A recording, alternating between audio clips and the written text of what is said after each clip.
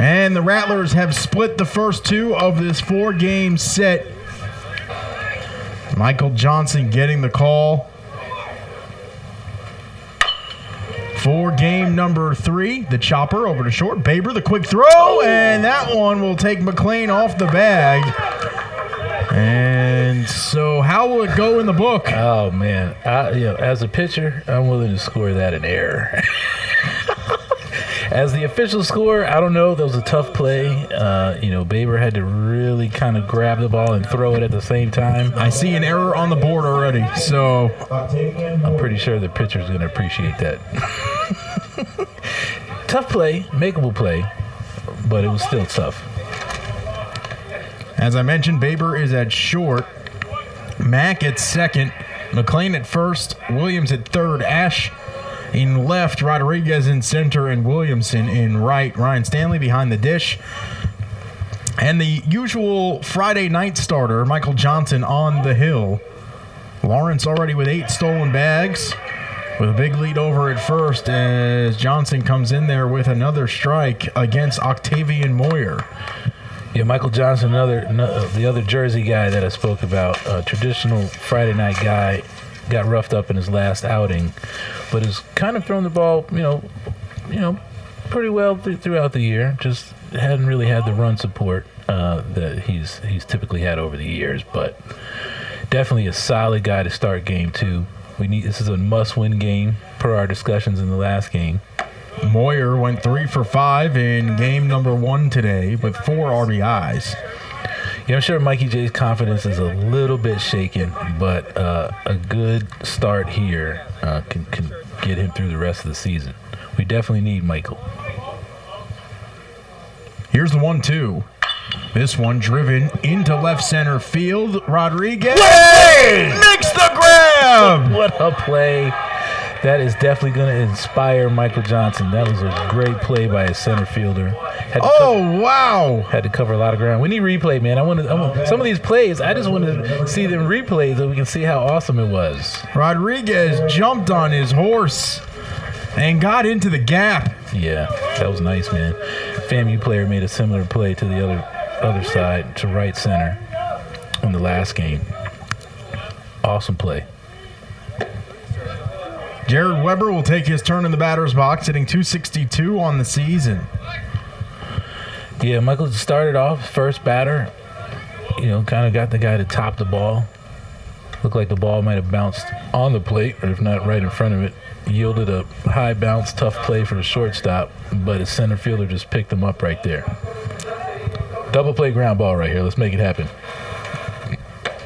Fastball over the outside corner for a strike, evens out the count at 1-1.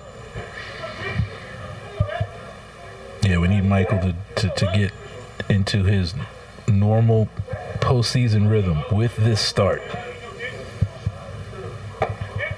Misses just outside. I like it though. He'll start to get those calls. He's already had a few pitches on the outside half get called balls, but as long as you can continue to pepper it, show that umpire that you can hit that spot, maybe he'll start giving it to you. Chopper will roll foul, and the count will even out at 2-2 with 1 gone. Yeah, Mikey J features a hard slider. It's one of those velocity sliders, more slurvy kind of.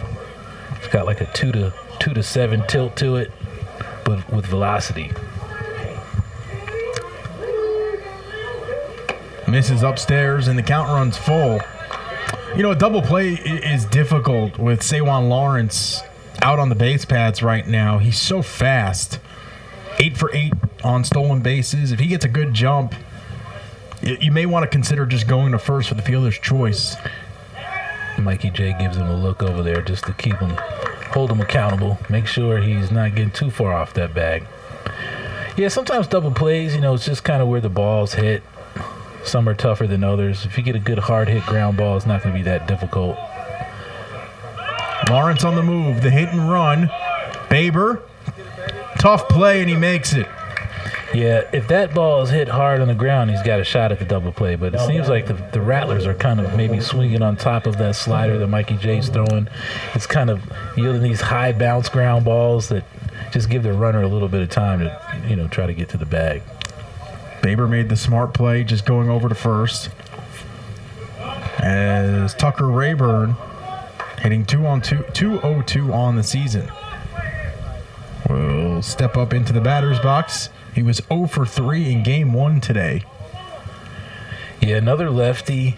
Wind blowing out a little bit. I stay outer half to lefties. Try to get those weak flare ground balls. That's a beautiful pitch right there. I'm there the entire at-bat, Spence. That's the Michael Johnson that we're used to seeing. And it's the Michael Johnson that we haven't seen on a consistent basis this year, unfortunately. Yeah, if you go back to his last outing, maybe the outing just before it.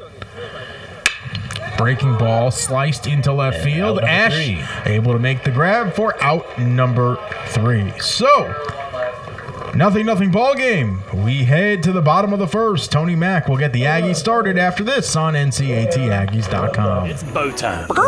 Sometimes the holiday season is your busy season. You gotta get a tree, decorate the tree, stop your 8-year-old from climbing the tree, buy presents, wrap presents, return presents, hog-tie some garland, hunt down those decorative pine cones, and take in the warm glow of red and green traffic lights. Mostly red. Why not drop a big bow box on it? Because with a sleigh full of boneless or bone-in chicken, biscuits, fixins, and tea, if it's Christmas time, It's bow time. You put everything you have into our trucks. So we do too. It's why every truck we rent undergoes a rigorous multi-point inspection. That's how we deliver confidence. Penske. With a fleet of over 300,000, we know trucks. We can spot faulty sensors from anywhere. We can predict when parts will fail and fix them before they do. We do it all, so you don't have to. That's how we deliver confidence. Penske. Cone Health is committed to keeping our patients and our team members safe during these unprecedented times. With an extensive network of doctors and specialists, nationally recognized hospitals, and the convenience of 24/7 video visits, Cone Health is right here with you. Go Aggies. Play well and stay well.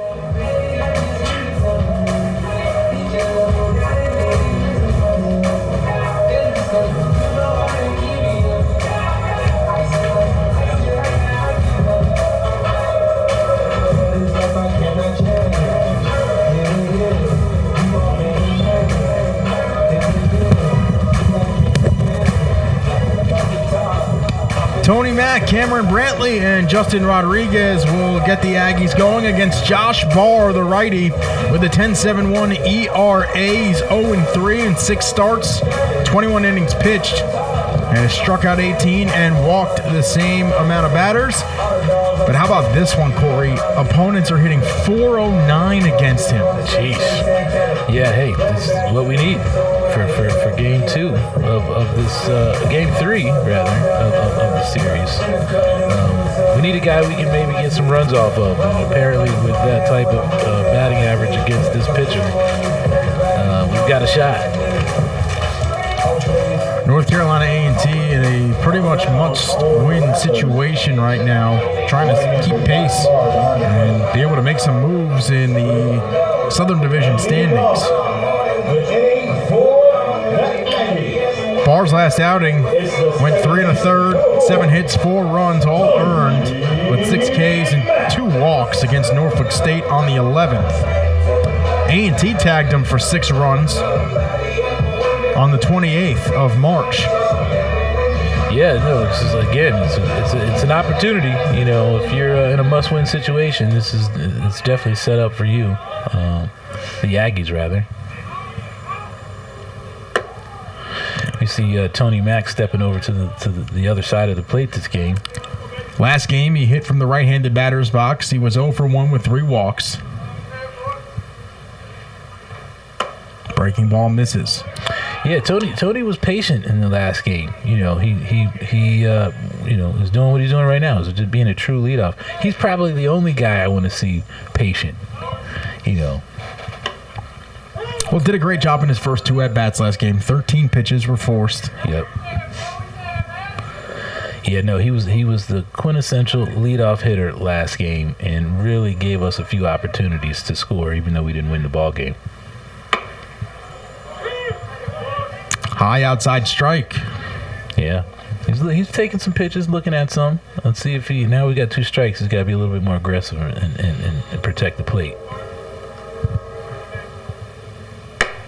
That one misses. Count goes full. I think he might have been full count every at bat. Just about. Just about. See what his left-handed hack looks like.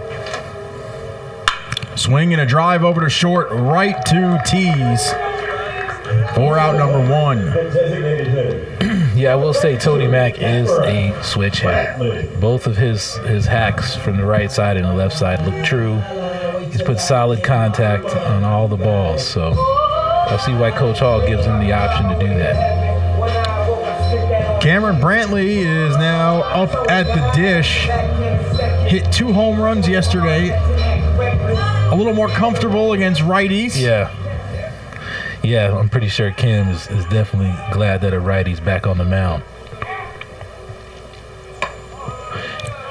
The last thing you want to do is leave an off-speed pitch just sitting there for him because he demolished 2 of them yesterday. Yeah, no, I'm staying away from Cam Brantley if I'm FAMU Rattler pitchers.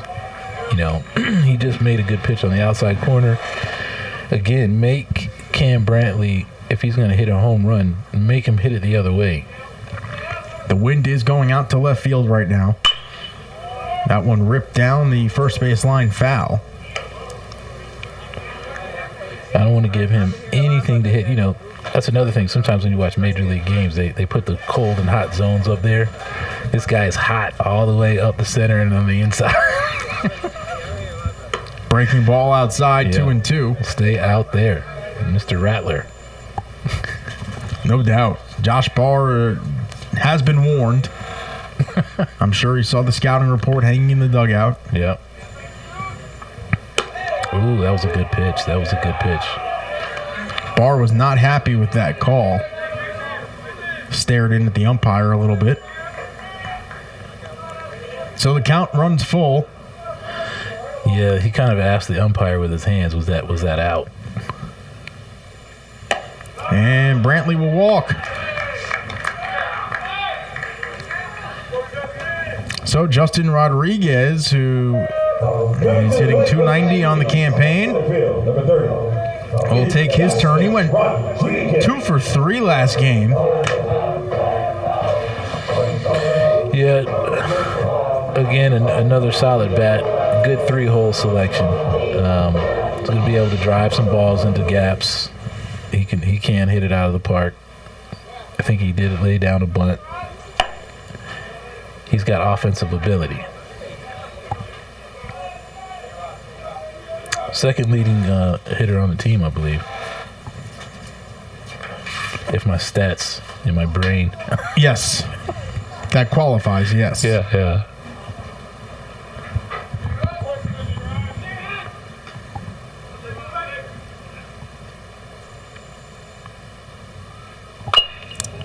That one will roll foul. Yeah, I really haven't seen, Brantley steal bases but again, Coach Hall in certain games has been really, really aggressive early. Must-win situation. I'd like to see a hit and run here. Whenever I see that big hole, you got a first baseman holding a runner at first. Second baseman's playing at double play depth. There's a huge hole over there. Moyer's not just at double play depth. I mean, he's almost there as if he were holding on a runner. Exactly. So it creates that big space over there where you can slap a ball. A little slap ground ball is going to get through there. Ooh, nice. Barr must think that Brantley is on the move because he keeps checking over his shoulder. Yeah, no, this is definitely hit and run opportunity territory. And it looks like the Rattlers are trying to hold Brantley at first. Big swing and a miss from Rodriguez, who typically wears number 21, but in the alternate blue uniforms has a number 30 jersey. Yeah, I like hit and run there because, now we're in a 1-2 count here, so it could be a potential strike him out, throw him out situation. I like when the batter's going to have another chance. So, yeah, maybe not hit and run anymore. That one just over the letters. And Barr visibly showing the umpire that he's not thrilled with the zone. Yeah, I'm going to be all over the umpires. But, to have both coaches, both catchers, both pitchers just all over you the entire game. And the announcer. Maybe he can hear me through this window here. Maybe. Someone might have been texting him on the in-between. Yeah, exactly. Better watch out for that color analyst. But you just have guys all over you the entire game. I feel for them too sometimes because it's like, somebody's going to be upset with the call. But, again, like you said, there's certain games where guys are consistent. You spoke about the umpires down in Baylor. They were great. Were they Big 12 umpires? They were Big 12 umpires. So they were great. Maybe, and I've heard that, certain conference umpires are better than others. Some pretend like they're big league umpires and want to have small, tiny zones. Some of them call the rule book like it's supposed to be called. See, that right there is an inside strike. You've got to be able to throw inside as pitchers. And when you're able to do it and not hit the guy like we were talking about last game, it's got to be a strike. Breaking ball misses. So what that umpire is saying is I don't call inner half strikes. He also doesn't give you the letter high strike. Yeah, that's 2 walks in a row, and Justin Williams will now take a turn against Barr. Again, letter high is borderline armpit. You can maybe say that's not a strike. That's a little high. Belt high has to be called a strike. Belt high has to be. I was livid all the time when I didn't get the belt high strike. Are you sure you threw the ball over the plate? Oh, all the time. Okay. Again, I wanted to force the issue. I was one of those pitchers that I wanted to challenge you. So you were on the list for the MEAC umpires, like, don't give this guy a strike. Well, maybe. I'm just checking. Maybe I was, Spence. Would explain a lot. Oh, man. Yeah, Aggies got a good opportunity here. We've got at least one runner in scoring position, 1 out. It looks like the Rattlers want to talk about it a little bit. They don't want to get the game out of hand early. Brian Henry is going to make a quick trip out to the mound to have a discussion with his junior starter and the rest of the infield. And I can imagine what he's saying. I know exactly I just saw the reaction. He's like, man, really? The pen's already going? Well, again, they've got a chance. They don't want to give us an opportunity to sneak in this tournament. Right. Okay, so they won the last game. I think they're aware also. These are all must-win games for the Aggies. It's 0-0. It's early, but it's never too early to talk about the fact that we need to close this thing out. And when you've got juniors and seniors on the mound, you expect them to, put you in a good place. And so I'm pretty sure he's just reiterating that fact to his team. And it wasn't Coach Shute. That was Coach Henry. So sometimes the head coach is like, hey, go out there and talk to him.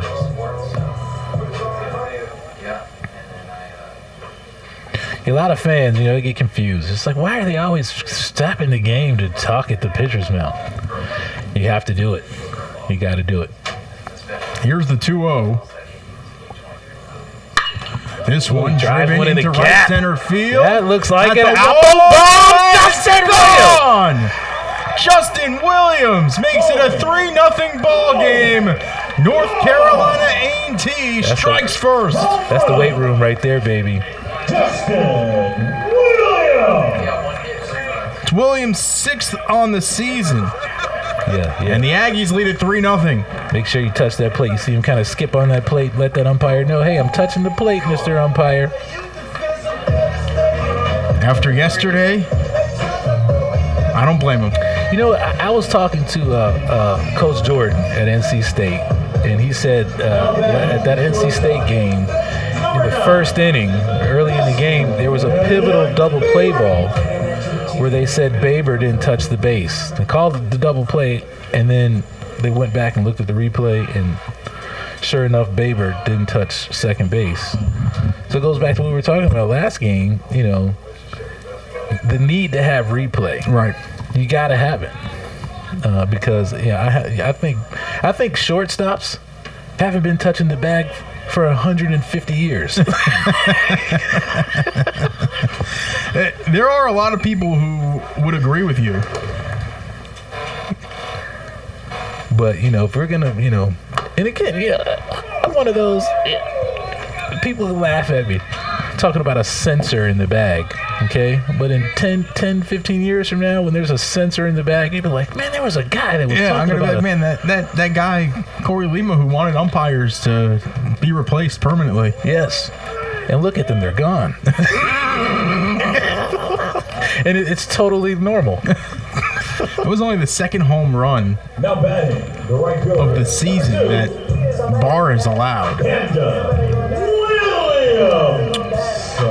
Yeah, no, Barr, the junior starter, already has his team in a terrible position. Justin just put a good swing. That ball was low, and he just went down and got it. And bench pressed that thing out of here.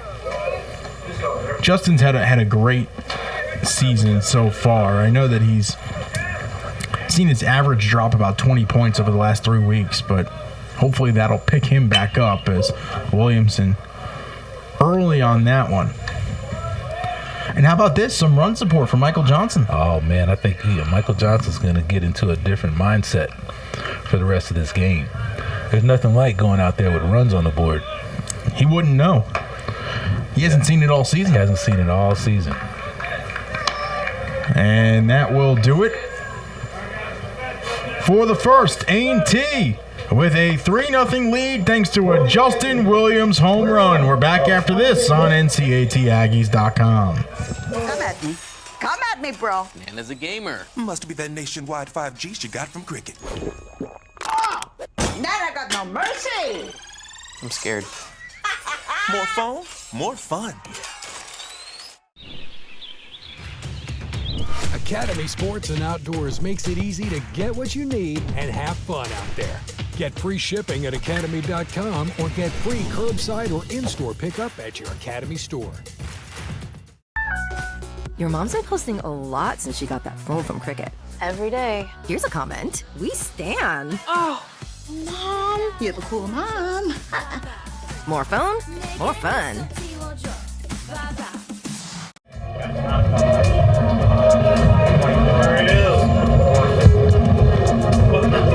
3-0 North Carolina A&T with the lead as the Aggies come out swinging early, and Justin Williams puts one over the fence. That jet stream in right center field continues to be friendly to the blue and gold. Yeah, definitely. Right-handers can pop it out of there too if they get it up in that jet stream. That was an opposite field home run. I've seen Justin Rodriguez put some balls over in the little shrubbery tree area over there in right center. So, but lefties, you definitely want to stay away from lefties, both teams. But, yeah, he put a really, really good swing on the ball on a good pitch and like I said, muscled that thing out of here. LJ Bryant will get the inning going. He went 0 for 1 in Game 1 today. He's hitting .320 on the season. Yeah, I'd like to see Michael just shove.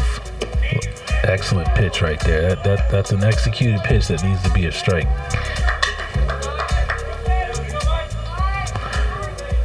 Michael's setting back up.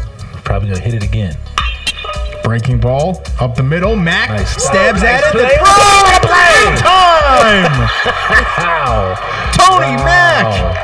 Wow. Looking like Jeff Kent over there. Yes, he did. Had to throw across his body. That was a big time play.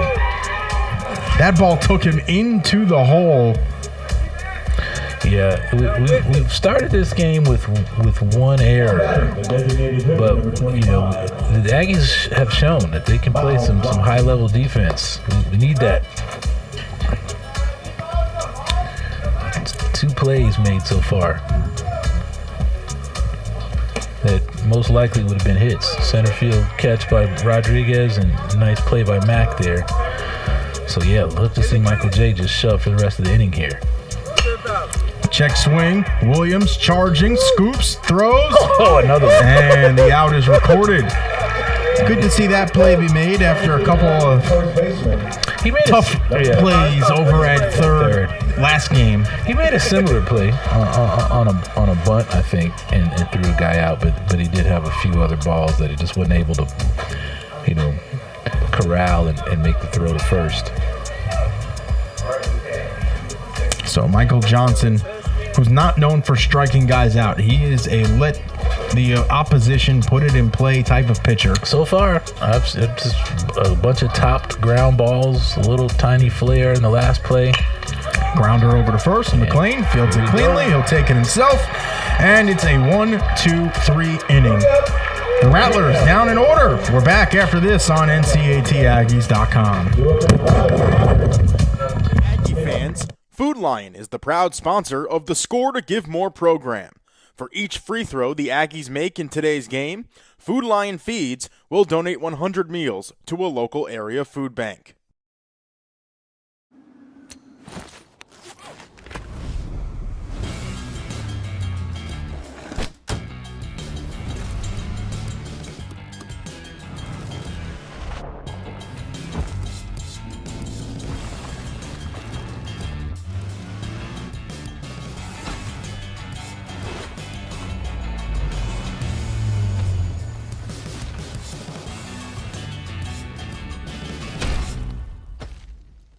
Ford is built to fit your lifestyle. Check out the great offers on the vehicles that'll help you win the day at buyfordnow.com. Learn why they're built for victory and built for the Carolinas. Contact your Carolina Ford dealer, proud sponsor of the North Carolina A&T Aggies.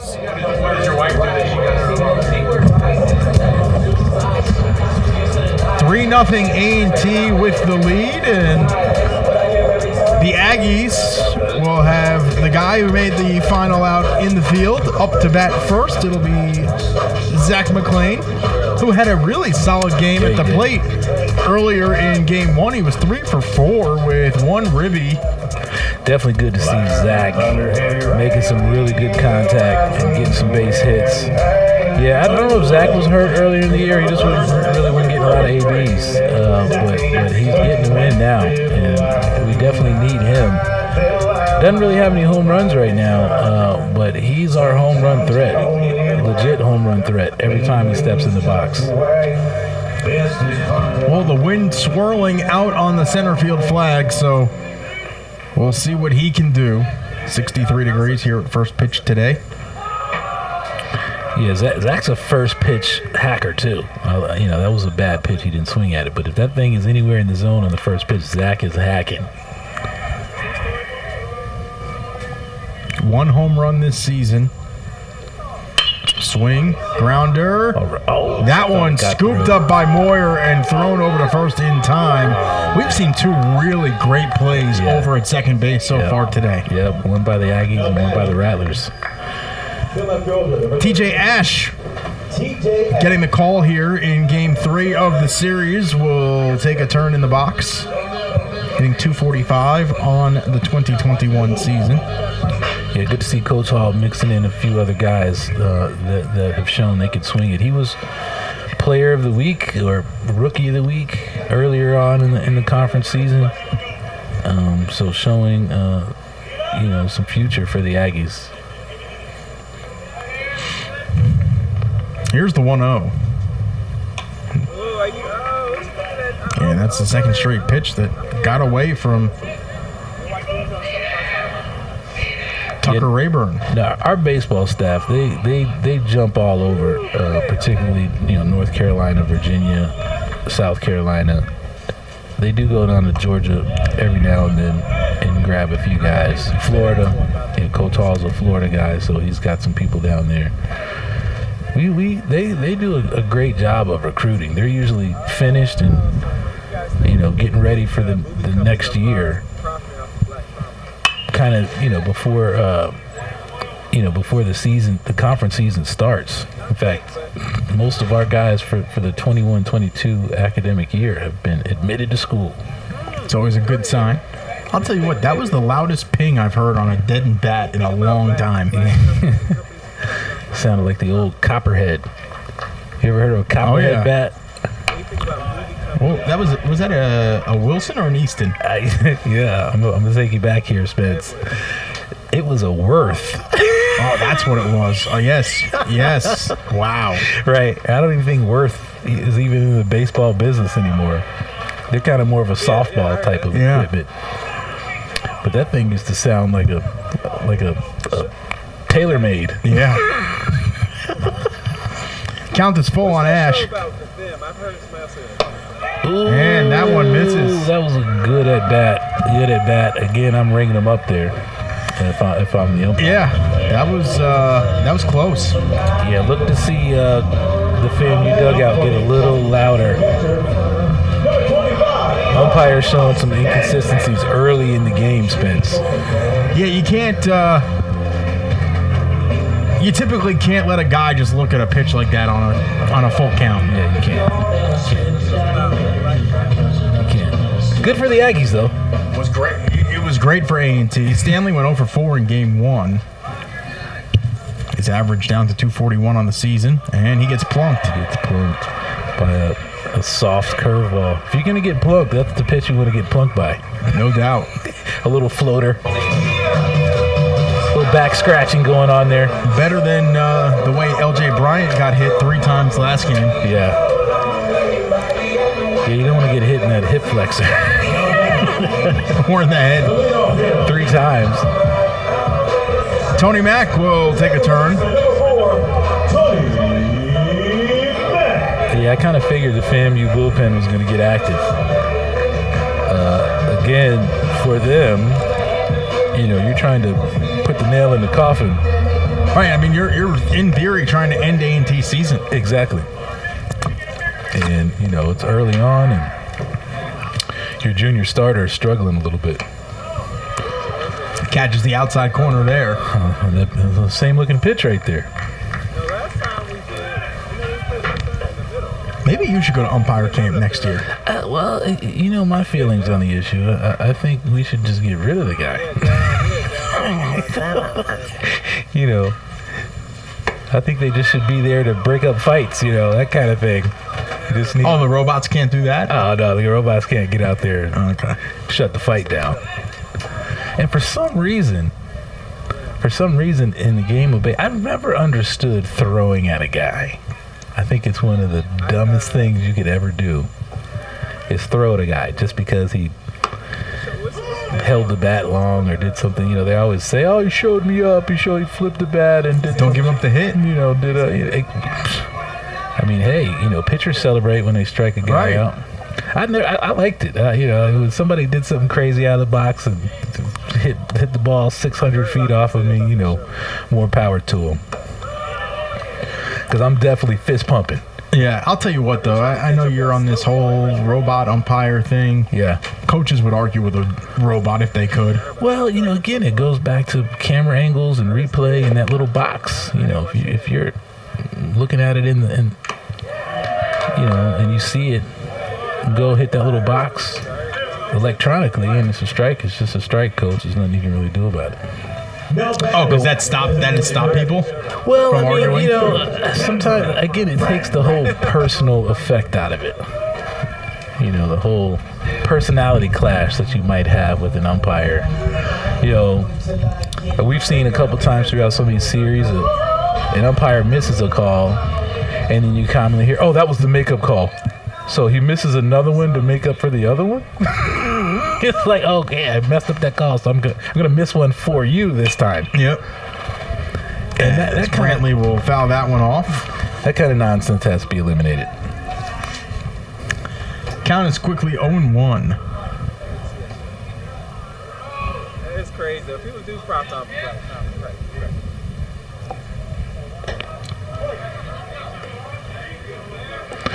Yeah, it's just we're on the side of favor this time with some of these bad calls. Josh Barr struggling out there. Yeah, let's see if they're picking it up in the bullpen down there in the FAMU bullpen. It looks like he's just standing out there. There's no real tossing going on. I guess they figured they've got 2 outs. So Barr will step off.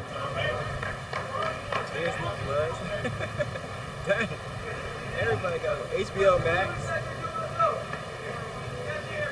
I told them, I said, HBO, guys, you gotta give me HBO Max. I'm paying. Breaking ball misses. Yeah. I think Barr's beside himself out there, man. He's like, are you trying to give A&T this second game? I got Netflix. If we see a big time base hit here, home run or whatever, you're gonna start seeing more activity in that bullpen. You're gonna see one frustrated pitcher. That one bounces. So Barr has a 3-1 count It's a shame. on Brantley. It's a shame because when you do work to execute the pitch, you execute it, it's called a ball. It usually results in and then throwing a ball in the dirt, you know. Grounder over to second, scooped up, and the bag is touched by Tees for the final out. So, A&T cannot strike with 2 men on. We'll send it to the third on NCATAggies.com. It's bow time. Sometimes the holiday season is your busy season. You gotta get a tree, decorate the tree, stop your 8-year-old from climbing the tree, buy presents, wrap presents, return presents, hog tie some garland, hunt down those decorative pine cones, and take in the warm glow of red and green traffic lights. Mostly red. Why not drop a big bow box on it? Because with a sleigh full of boneless or bone-in chicken, biscuits, fixins, and tea, if it's Christmas time, it's bow time. You put everything you have into our trucks. So we do too. It's why every truck we rent undergoes a rigorous multi-point inspection. That's how we deliver confidence. Penske. With a fleet of over 300,000, we know trucks. We can spot faulty sensors from anywhere. We can predict when parts will fail and fix them before they do. We do it all, so you don't have to. That's how we deliver confidence. Penske. Cone Health is committed to keeping our patients and our team members safe during these unprecedented times. With an extensive network of doctors and specialists, nationally recognized hospitals, and the convenience of 24/7 video visits, Cone Health is right here with you. Go Aggies. Play well and stay well.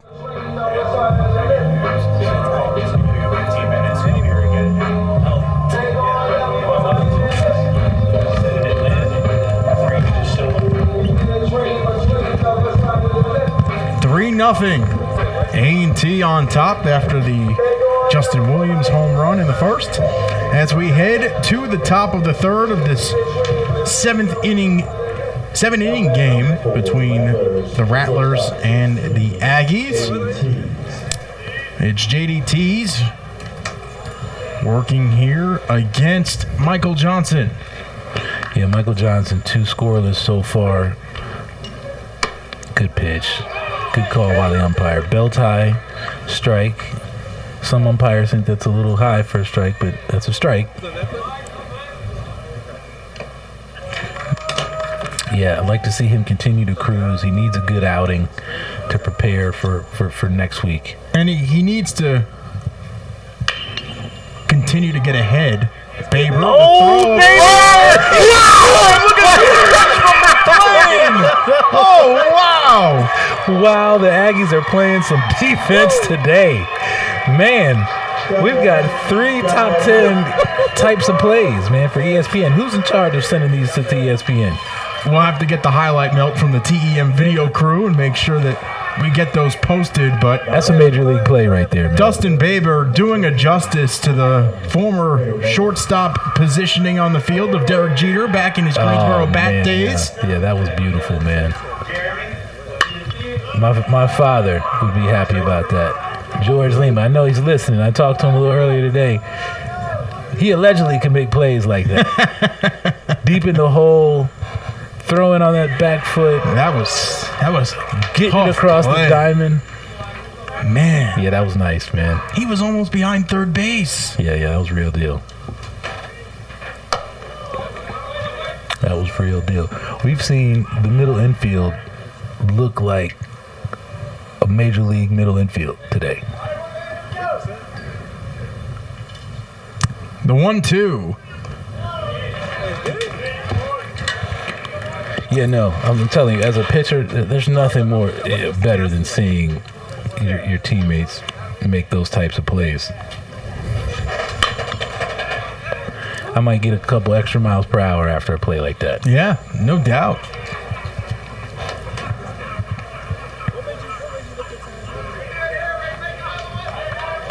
Johnson ready. Here's the 2-2. This one driven into right field. Williamson cannot get there. It'll fall in. And that'll be 2 bases. Yeah. Good piece of hitting. Nothing you can do.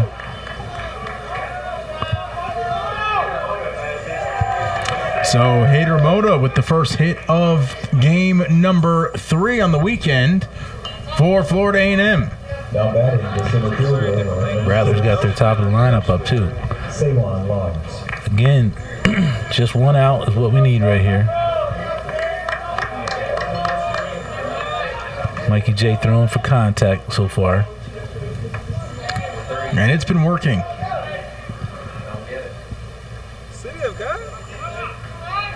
So Johnson looking back. That one fouled off. Johnson has struggled this season. Came into today with a 5.19 ERA. Against Central over in Durham last week, gave up 10 runs, 6 of them earned. Against Baylor, 5 runs, 2 earned. So just some bad luck. Yeah, I mean, and I wasn't at those games, so I can't really comment on the vibe of the game. This one skied behind second base. Williamson coming in, makes the grab, and will get it in quickly enough to avoid a touch-up over at second. But yeah, I was saying, sometimes it's about the energy of the game. And, there have been some really well-hit balls that our guys have just made the plays on. The last game, those were base hits. Yeah. Whereas this game, these guys, I've seen 3 awesome plays this early in the ball game so far that most likely would have been hit. So in some of those games, could some of those plays have been made? Maybe. To help Mikey J out. But I know earlier on in the year, he was throwing some gems. He just didn't get run support. I've seen Michael throw that pitch at least 5 times this game so far. That's the first time this umpire's called it a strike. If at first you don't succeed, try again. Man, stay there. Make him call it a strike. See who breaks in the staring contest first. There it is again. Again, early in the game, that was a ball. And did you see Moyer? He pointed and was like, I don't think that was on the plate. Right? Well, I think Mikey J established it. That's a strike, sir. Yeah. And you're going to have to start calling it at some point. So now he is. 0-2 with 2 gone here in the top of the 3rd. Go there again. And this is upstairs.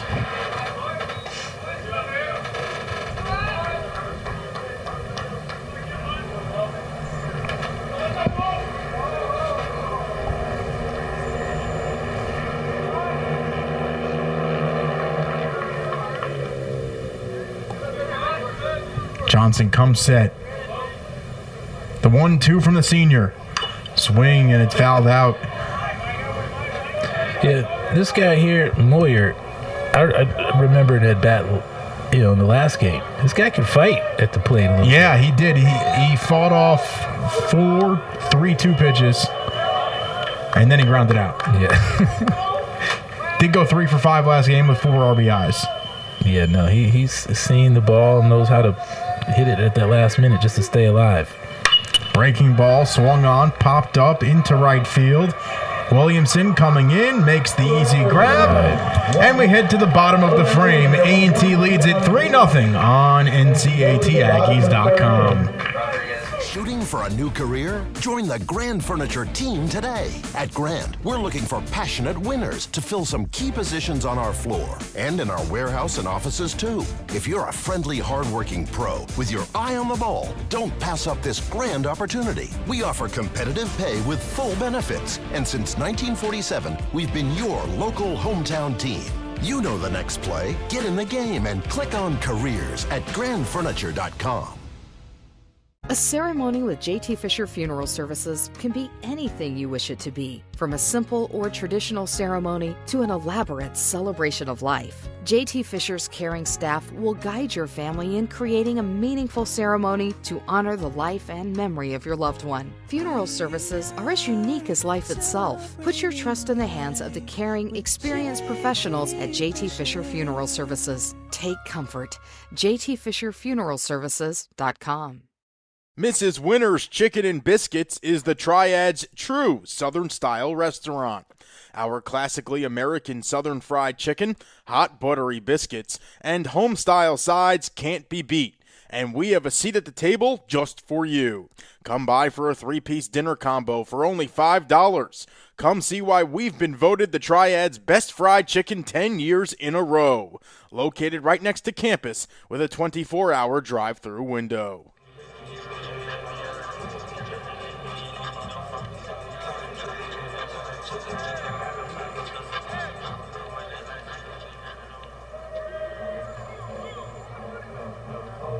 Coming to the plate is the center fielder, number 21, Justin Rodriguez.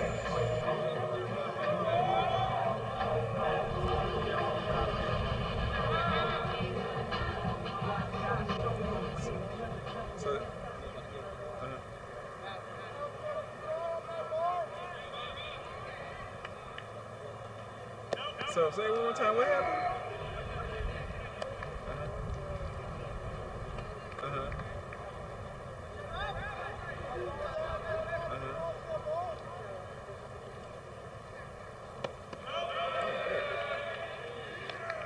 Oh.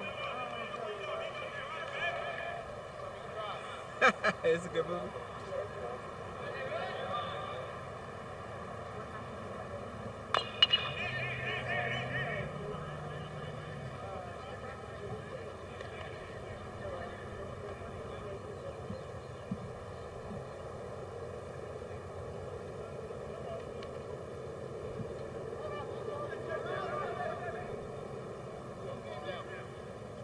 Oh, right? For real? Okay. Okay.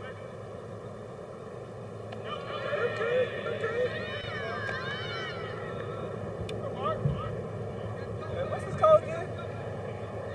Okay. Break this down. I gotta put this in my phone, y'all. What the heck, dog? Y'all come up with these new stuff. I'm like, what the heck? I ain't never seen none of this stuff.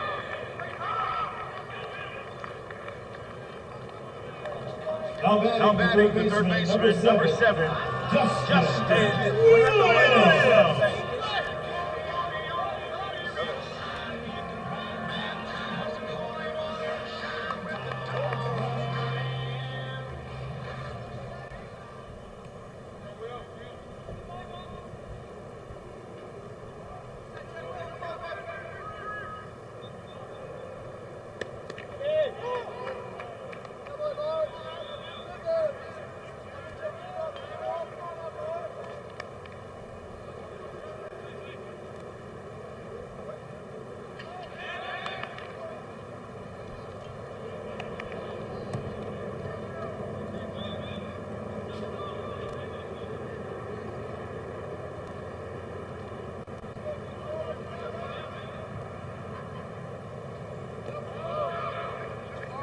Picture.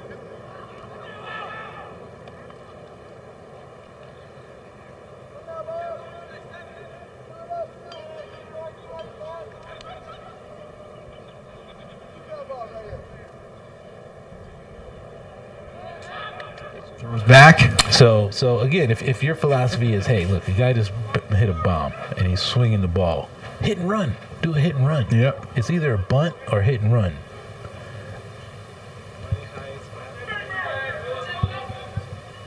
But that's the play that you're looking for right here.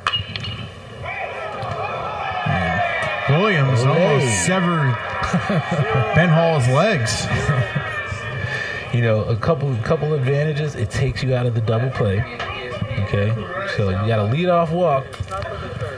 Williams swings over one, hits one right to his second baseman, a shortstop. Now you got a double play. It's over with. Yeah. Tell you brought up a good point. The baseball gods, man, they don't like it. I don't know. Like At the same time, though, I hate to take a hot stick out of someone's hand. Well, you're not taking it out of his hand. In fact, it's an honor. It's an honor as a batter to do your job and put your team in a better position. And it lifts your team and gets your team hyped because they know it's like a well-run play. When the quarterback comes in there, and he calls a play, and the football team everybody performs their role and they execute the play, man, it gets everybody hype. Now you got 2 strikes and you don't have an option. Right.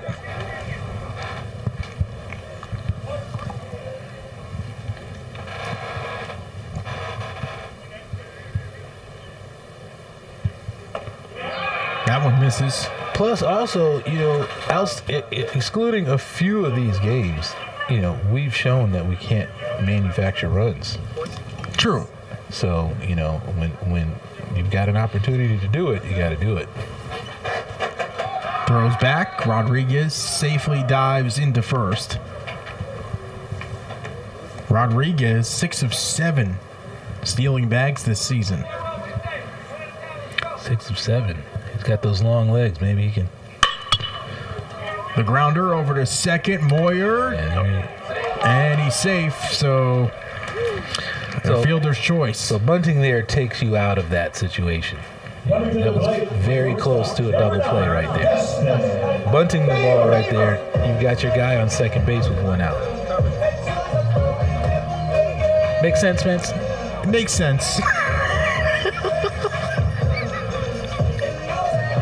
I understand what you're saying. No, don't get me wrong. And again, this is nothing against there's 1 out now. 1 out now, but there's nobody in scoring position. You want to have 1 out with a guy in scoring position. So are you telling Baber to bunt? No, because you got 1 out now. You have 1 out now. So, a hit and run maybe. You got a hit and run opportunity here. Again, look at the gap between first and second base. Yeah. Okay. So when you have again people thrown on the outer half, because again I know statistically, how many pitches are thrown on the outer half versus the inner half. But most of the time you're gonna see outer half pitching. If Baber can just slap at that ball, slam it in that gap there, we've got first and third. And it's an 0-1 count right now. Let's go, baby.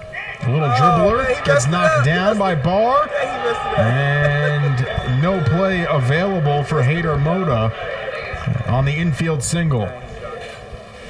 Yeah, unfortunate for Barr. It's one of those fluky plays.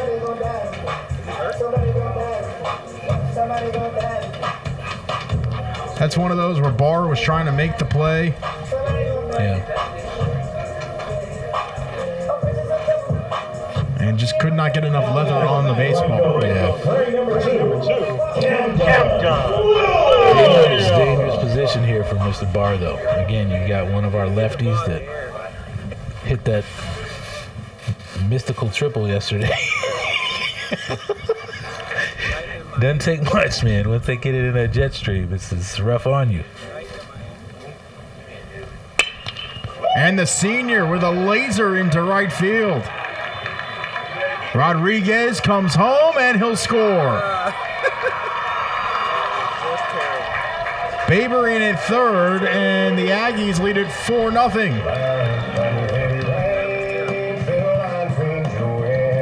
Now again, back to that scenario earlier in this inning. If you bunt, now we're looking at 5-0. Yeah. And again, what we say, 6 runs is our deficit. And now you're 1 run away from that deficit. Right. So that's how important a bunt is on that play right there. Now, again, nothing against our players and players at this level, but I'm just not seeing enough hard hit balls and home runs.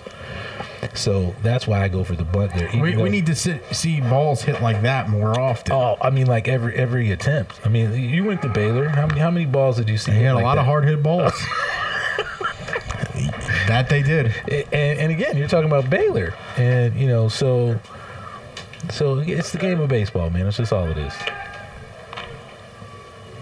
We're still in a good spot, though. Still in a good spot. First and third, 1 out. That's my show. Bottom of the third. My show. See Watchmen, Michaela? See Watchmen? Yeah.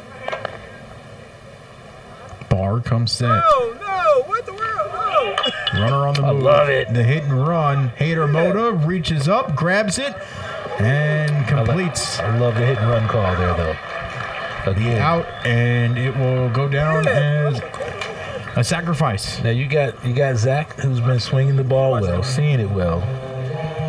He tops the ball, but the hit and run allows for that guy to score. So Dustin Baber scores. Camden was on the move as the pitch was thrown, so he's at second. And TJ Ash is up with the Aggies on top 5-0. All right, so now we got a runner on second. TJ at the plate. 2 gone. We just scored 2 runs. I shut the aggressiveness down now. Let's just swing away and see what happens. Now you're just playing baseball. Yeah, you just see ball, hit ball. You might mess it up. That one. Oh, a little bobble action. What is that? Pitching coach? EPC? Let's see. What is that? They're giving him a hard time over there. Yeah, that's pitching coach right there. He's getting dogged by the dugout right now. Chopper over to second. Moyer attacks and gets the throw there in time. The Aggies able to plate 2 runs here in the third as we head to the top of the fourth on NCATsaggies.com. Shooting for a new career? Join the Grand Furniture team today. At Grand, we're looking for passionate winners to fill some key positions on our floor and in our warehouse and offices too. If you're a friendly, hardworking pro with your eye on the ball, don't pass up this grand opportunity. We offer competitive pay with full benefits, and since 1947, we've been your local hometown team. You know the next play. Get in the game and click on careers at grandfurniture.com. A ceremony with J.T. Fisher Funeral Services can be anything you wish it to be, from a simple or traditional ceremony to an elaborate celebration of life. J.T. Fisher's caring staff will guide your family in creating a meaningful ceremony to honor the life and memory of your loved one. Funeral services are as unique as life itself. Put your trust in the hands of the caring, experienced professionals at J.T. Fisher Funeral Services. Take comfort. JTFisherFuneralServices.com. Mrs. Winter's Chicken and Biscuits is the Triad's true Southern-style restaurant. Our classically American Southern fried chicken, hot buttery biscuits, and home-style sides can't be beat. And we have a seat at the table just for you. Come by for a 3-piece dinner combo for only $5. Come see why we've been voted the Triad's best fried chicken 10 years in a row. Located right next to campus with a 24-hour drive-through window.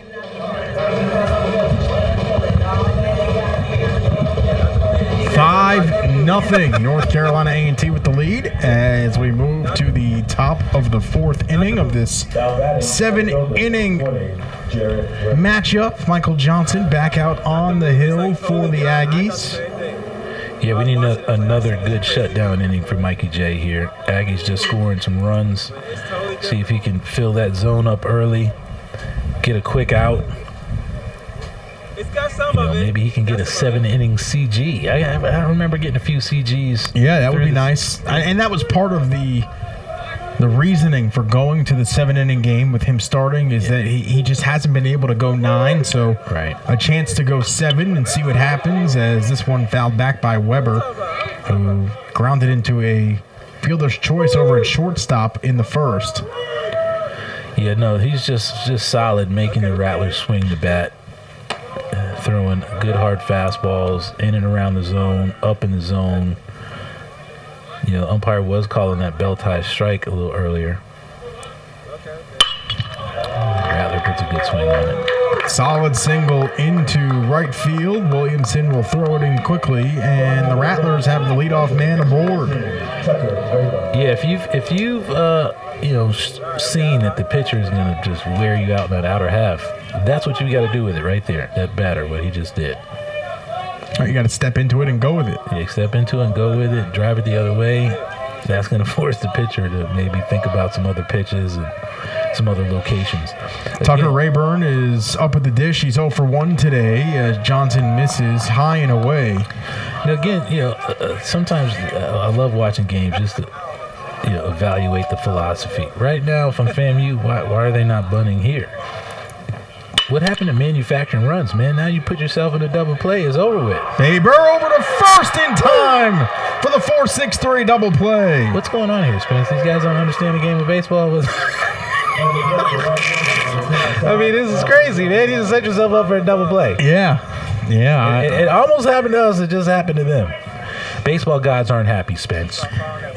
You got to make them happy. You got to make them happy. You got to put that bunt down, man, when there's an opportunity to put that bunt down.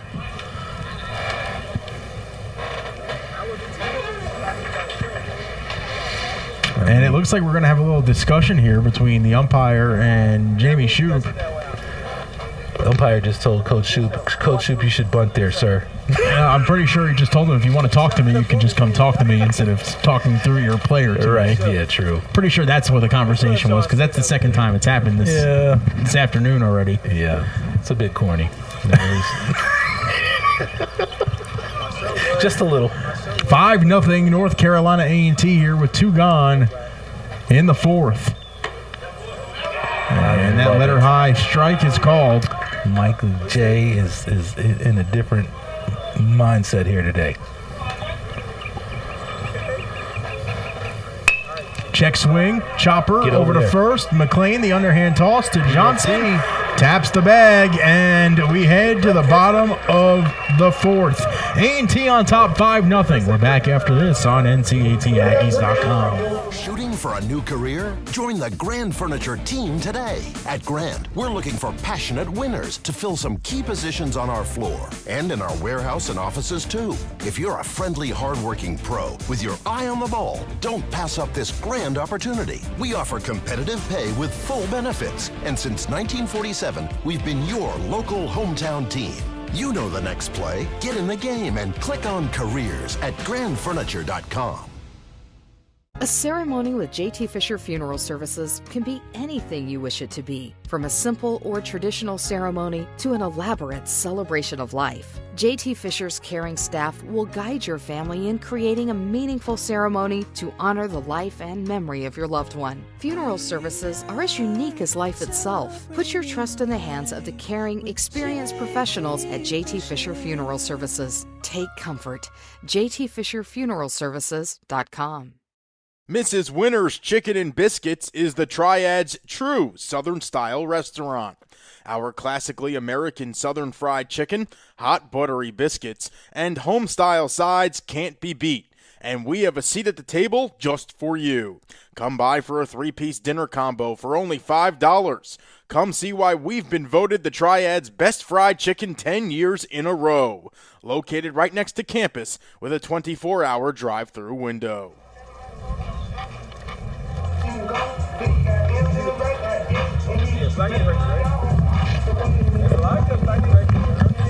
5-0 in the bottom of the fourth. As we have a pitching change, Jeremiah McCollum will come on in for Josh Barr. McCollum, a 9 ERA, 1-0 in 2 appearances. 2 innings pitched, 5 hits, 10 batters faced. So we'll see how this goes For McCollum,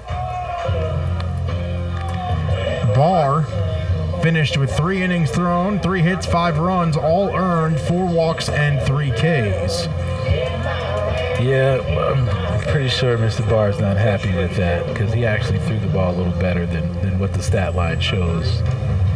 Gave up an unfortunate 3-run home run to Jay Will, and then some other good, run production after that. Sun's starting to poke out here at War Memorial Stadium. Stanley, the grounder through the hole on the left side of the infield, and the Aggies have the leadoff man on. Mr. Stanley welcoming the new Rattler pitcher to the game. It's the senior welcoming committee. Yeah, now again, another good first pitch hack, man. Knowing this guy's coming in the game, wanting to throw a strike to start his outing, and bangs it in that 5-hole over there.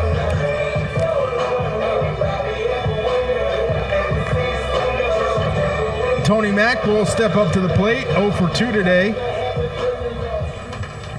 Again, man, baseball god time. Again, you bunt the ball here, especially with your leadoff hitter. Hader Moda creeping in on the hot corner, and that one misses. We're up 5 runs, but that's just the nature of manufacturing runs. I mean, you have 0 outs. You've got a speedy guy at the plate who could potentially drag one. Again, when there was more autonomous activity as a player, you could just do that yourself. Now you chopper over second. Moyer, the flip, the throw, and it's in time as Tees was able to get it there a step before Mack. Am I? You said it. Or what? You said it. You said it. Isn't that the third time we talked about that? Why that's just not a good play? You bunt the ball there. You just do it. We've had this discussion a few times today. Man, I'm gonna put the mute button on myself. I would hate for you to do that and deprive all the fans listening. I just think you got to do it, man. You just have to do it.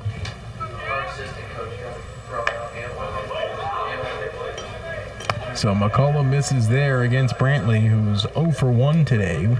Does have a walk.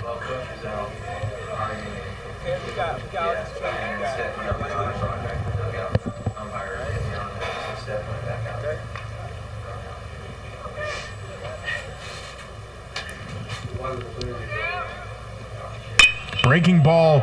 That one taken into the right field corner. This one could be 3. Brantley making the turn quickly. He's looking and will hold up at second.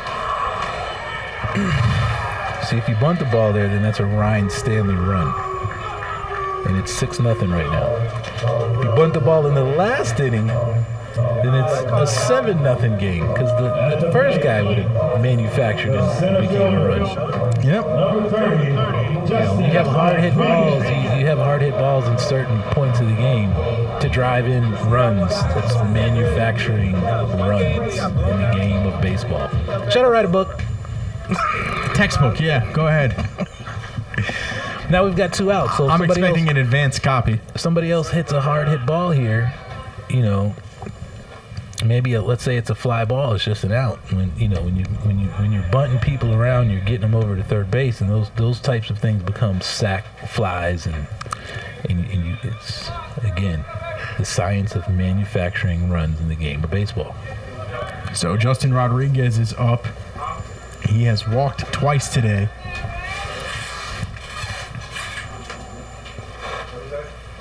Breaking ball, and that will cross through the zone. Yeah, Coach Hall just has a hitter's mindset. Guys want to get up there and swing. They don't want to bunt. I get it. But hey, trying to win ball games here. Well, right now the Aggies winning 5-0.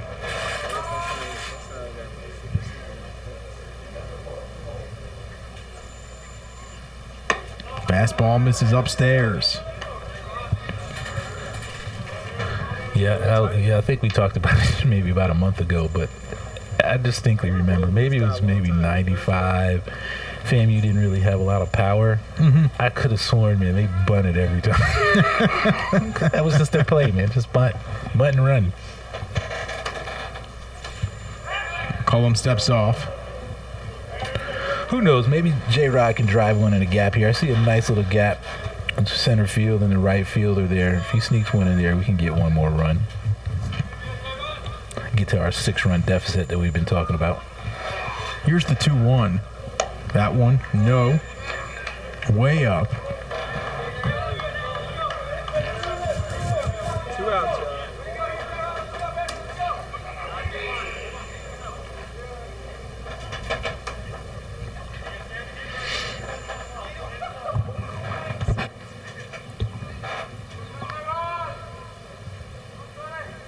The 3-1. And the walk is drawn. So that's the 3rd walk of the day for Rodriguez. And now Justin Williams, who hit a 3-run homer back in the first, is up at the plate. Wind is not blowing that strongly, but it's still blowing out of the park. It's about 5 miles per hour into the same direction in that gap in right center field that Williams put his first home run.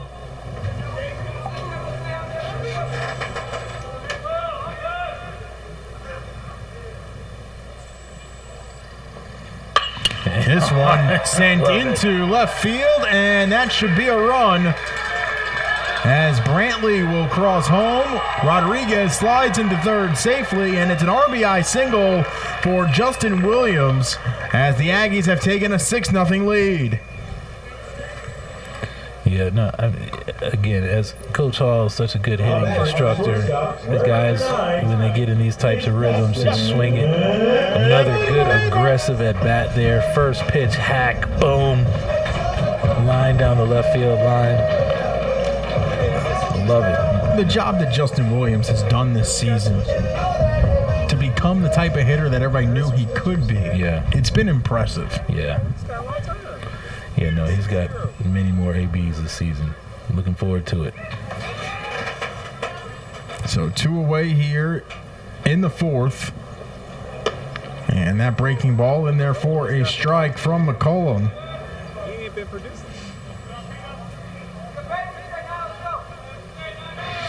Yeah, no, the Aggies are breaking it open here a little bit. You know, my bunting qualms, you know, throw 2 more runs on that total we got right there. And we've got an 8-0 game. And we're getting close to that 10-run deficit if there was a 10-run rule. Even though there's no rule, I still like to see it. You know, like you're 10 runs ahead, man. It's just a nice round number. Yeah.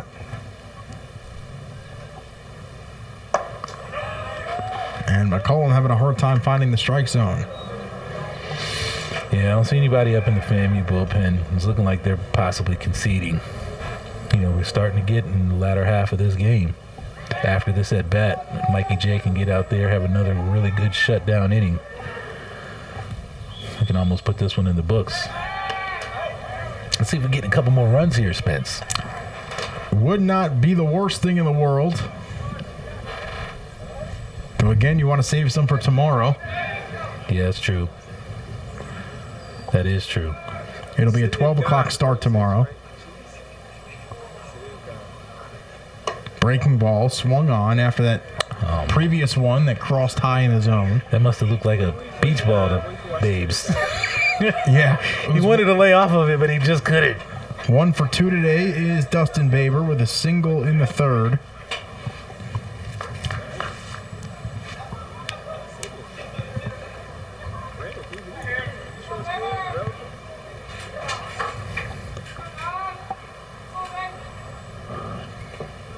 That one blocked. Yeah. No activity still in the FAMU bullpen. Maybe we'll see something stir a little bit if Babes gets on base here.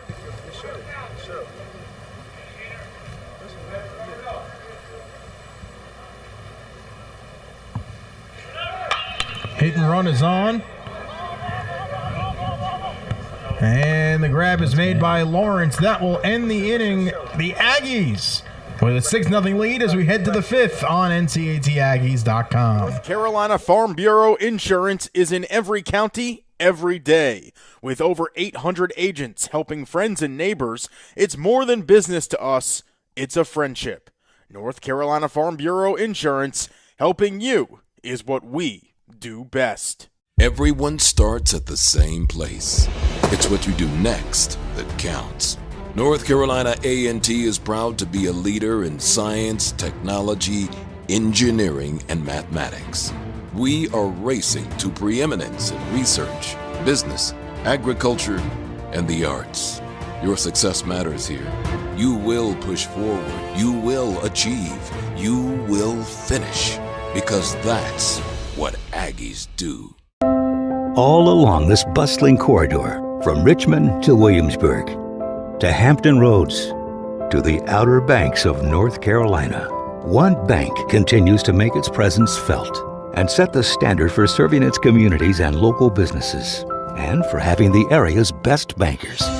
One bank continues to enrich lives beyond banking. Town Bank, not just a community bank, your community's bank.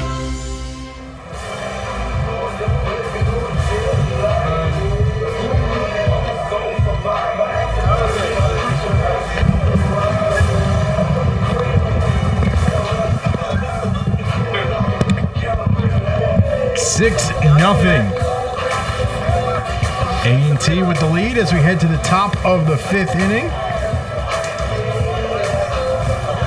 Yeah, no, we're in a good spot. Mikey J's got his 4 scoreless. Again, nobody really moving around in the Aggie bullpen. Looks like there's a couple people walking there. But they just want to stretch their legs. Yeah, just a little bit. Let's see what happens. If we get one quick out. Ooh, nice pitch. Miles Watson takes a first pitch strike. Looks like Ryan Stanley needed to get a little stretch out there. Oh, the same spot, and he calls it a ball. That looked like a good pitch. Yeah, it looked like the same one.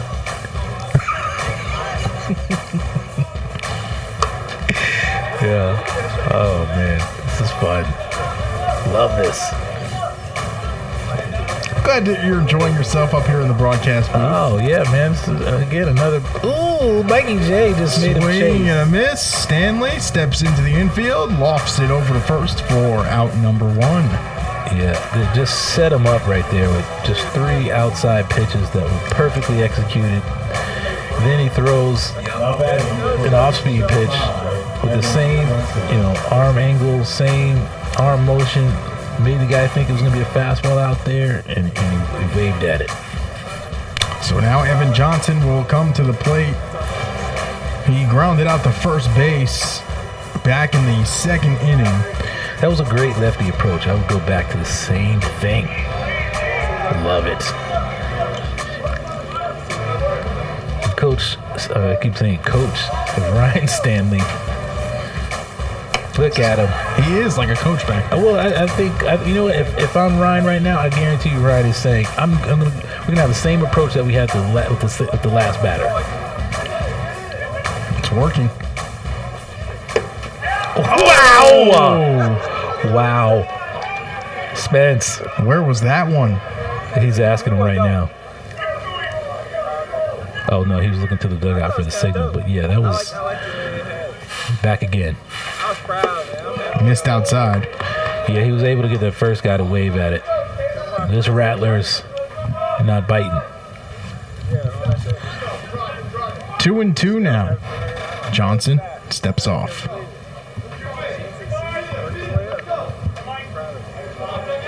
You know what? I might come back again. They're going inside. Jam this job.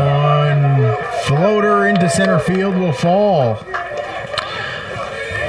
I don't know if that pitch call came from the dugout or from the catcher, but I just didn't. These lefties, the previous batter, even that batter, showed that they just don't like that outside half over there. I'd stay out there. It looked like they went in. Good executed pitch. The guy muscled it out to the outfield.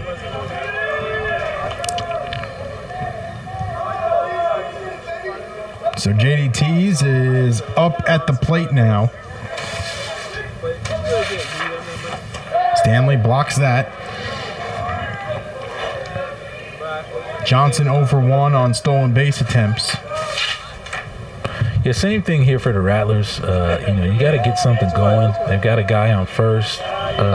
This is a hit and run situation. Whenever you see that big, huge gap over there, let's see where the Aggies are throwing.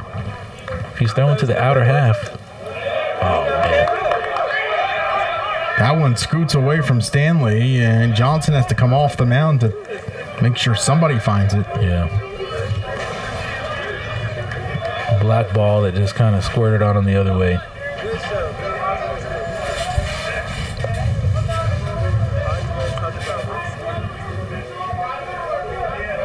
So, all right, so now we've got a 2-0 count.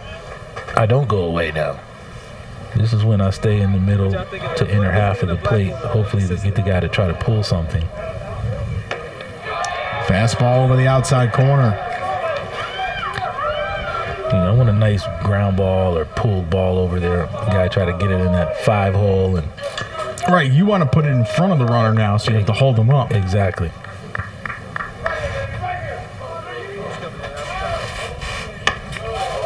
That one a little upstairs.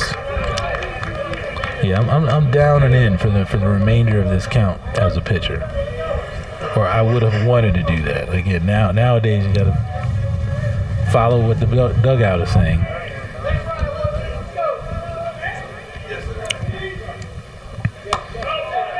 And that one misses in the same spot. So 2 men on, 1 gone. Now batting the third baseman, number 13, As Adam Hader-Moda will come to the plate. He was 1 for 4 last game, 1 for 1 here this afternoon, and Jamie Serber is going to make a trip out to the mound. Yeah, they've got Leon Davidson up in the bullpen just tossing. Good move by the Aggie staff. Give the pitcher a little time. Give Mikey J some time to collect his thoughts. We've got a double play opportunity here. And it's just, it's designed to slow the game down a little bit. We're up 6 runs, but the Rattlers are threatening somewhat. We got some runners on base.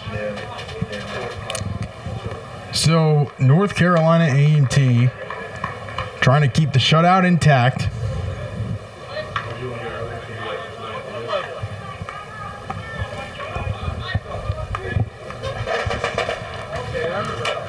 Yeah, Mikey J's throwing a gem today. And this guy has proven he can go the other way with the ball. So again, another opportunity for me to stay middle to inner half of the plate. Try to get a guy to pull something. Hit it up the middle maybe and get that double play. This one fouled back. If Michael Johnson could induce a double play here, it would be absolutely massive. Yeah, that would be great. That would pick him up. That would give him another inning. And the umpire actually just signaled to the Aggie dugout to get the lights on starting next inning. Yeah, it's starting to get a little, not dark, but cloudy. Yeah. I was wondering what happened. Grounder over to short. Baber can't get there. And Rodriguez will throw it in. And 1 run will score. Yeah. Again, I know they've got spray charts. And I know there was maybe some spray chart philosophy on where those... That's a double play ball right there. Yeah. If you're a double play depth. But they kind of had an overshift to the left, and it was able to sneak by Baber. So Sawan Lawrence, who's 0 for 2 here in game number 2 on the day, is up the plate with 2 men on and 1 gone.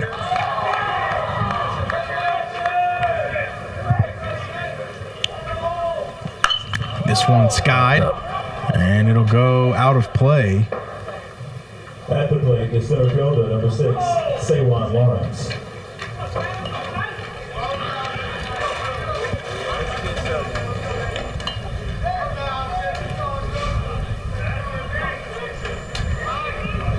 Johnson, a contact pitcher. He's not going to blow you away. But he's going to let the fielders take care of business. Yeah, just throwing a well-designed game today.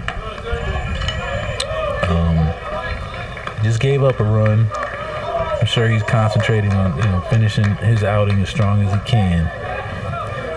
If you get one more run scored here, you're probably going to see Leon Davidson. Davidson in the 6th.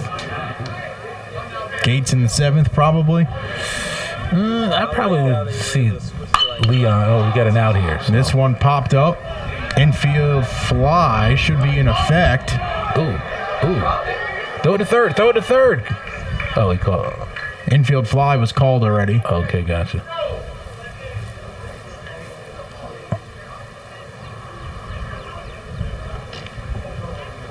All right, so we've got 2 outs. Only 1 run given up. So that... Yeah. What is that? Who touched it? Looked like it was Justin Williams, the third baseman. And I guess he's going to get credit for it. Is that an E5? No, it's just a 5 in the book, I believe. I'll check that though. All right, we've got 2 outs. So Octavian Moyer will come on up with 2 away. Swing and a miss at the high fastball.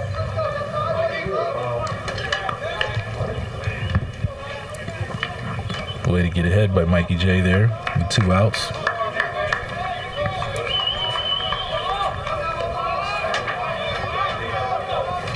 As he gets the sign from his catcher. Here's the 0-1. Looks like Ryan wants it low. Liner into the gap. It'll get down, and this might score 2.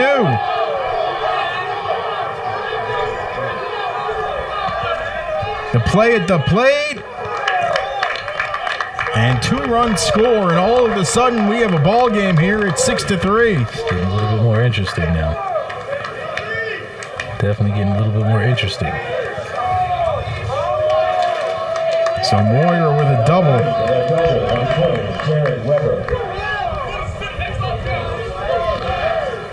Yeah, Moyer's showing that he can hit that ball the other way. I'm an inner half on him. Tomorrow, make a personal note.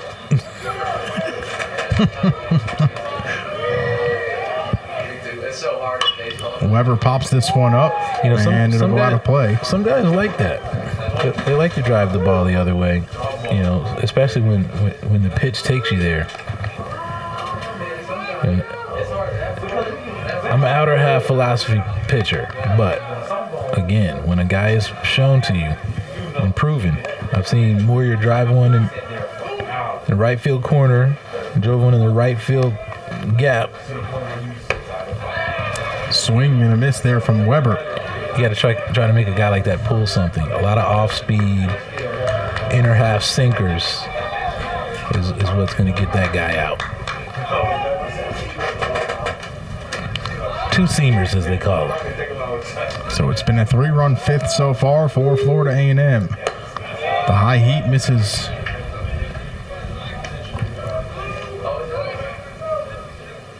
I mean, you got to be thinking breaking ball outside, right?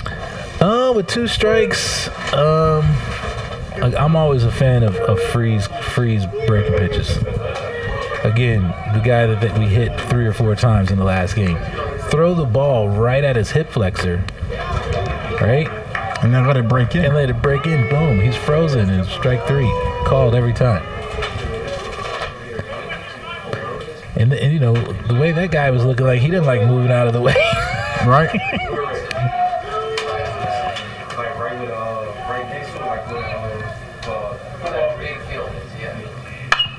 This one popped up and out of play.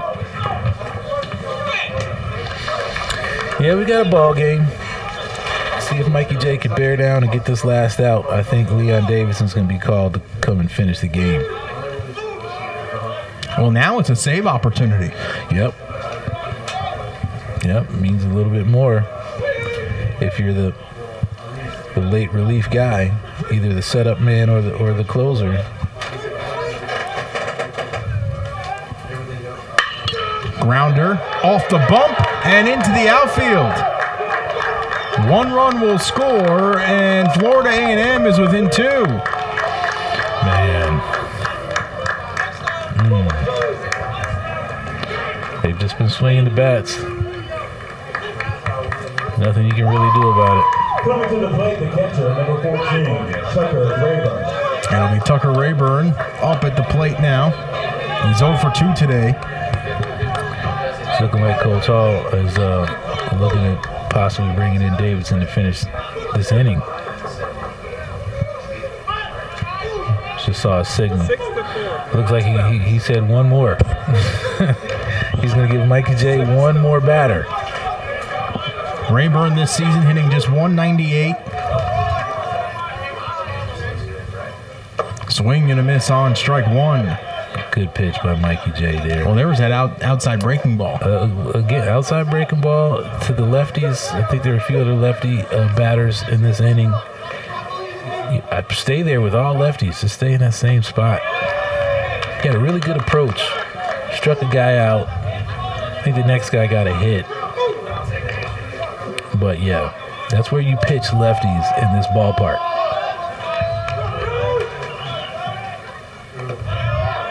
Stanley keeps it in front of him.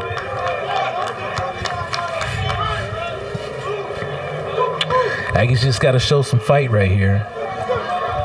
They still have a 2-run lead and 2 outs. You know, this would be a possible good time for a conference, but I guess they're going to save that for a relief pitch decision if Mikey J can't get this guy out. 3-1 now.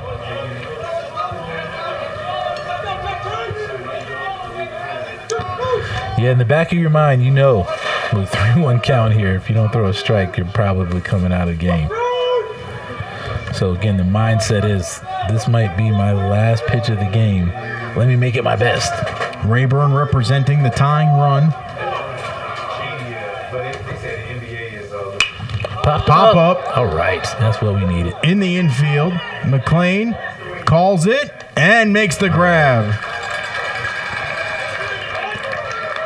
FAMU able to put 4 on the board. A&T still on top. We're back after this on NCATAggies.com. For the Rattlers.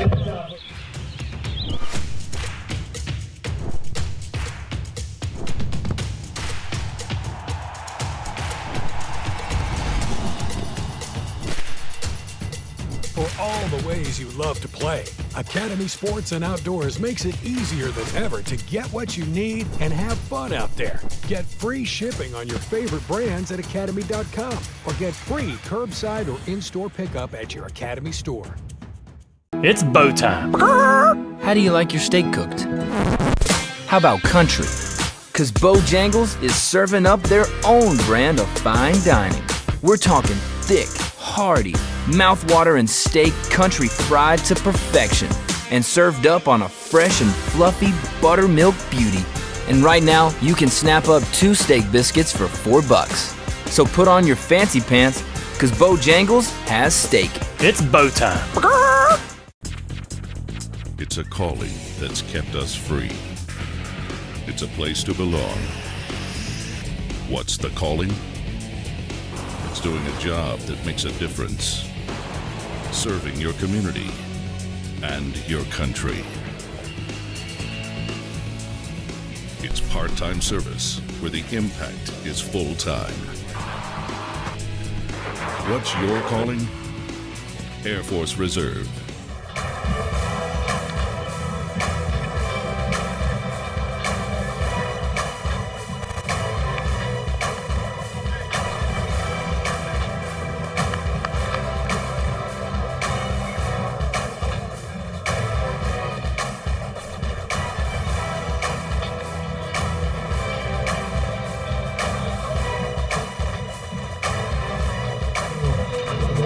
It's 1 for 2 today. Yeah, up at the plate. You know, back to that inning, last inning, and my qualms about bunting. You know, I'd rather have an 8-4 game than a 6-4 game. Yeah. Now this is a ball game here, and in a must-win situation, counts, man. Each run counts.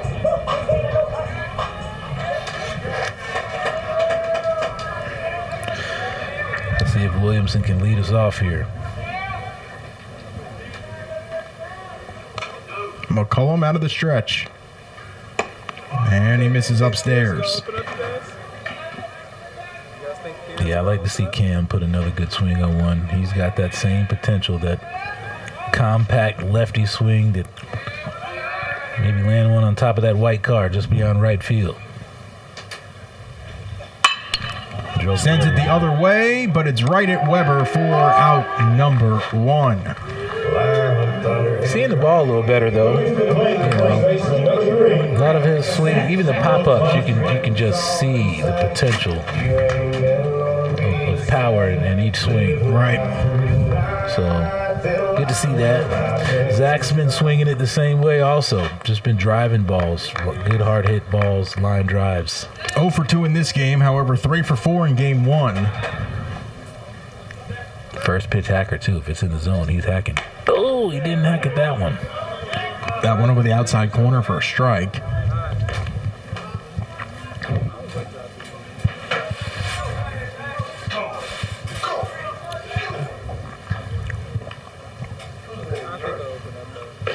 Breaking ball, misses.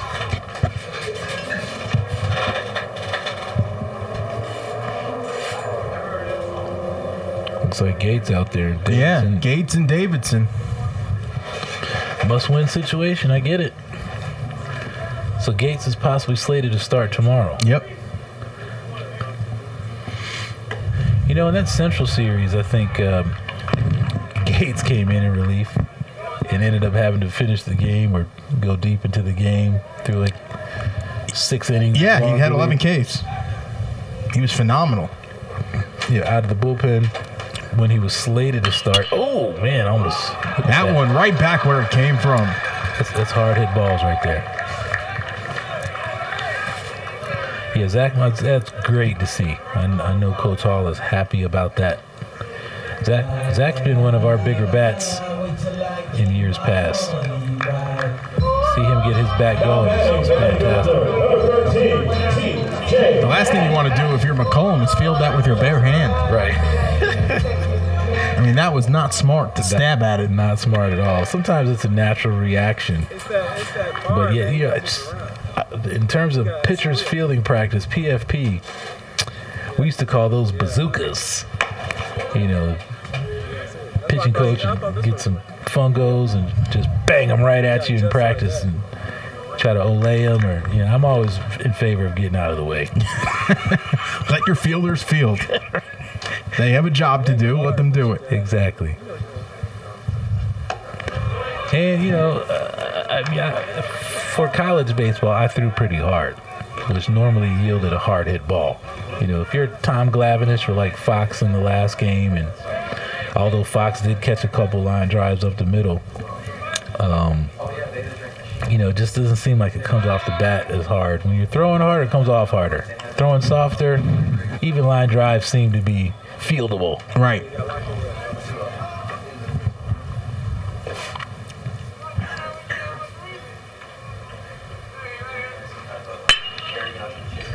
Oh. Logan Griffith's over there in the bullpen, making an E. He had one job. Protect. And he almost got the bullpen catcher killed.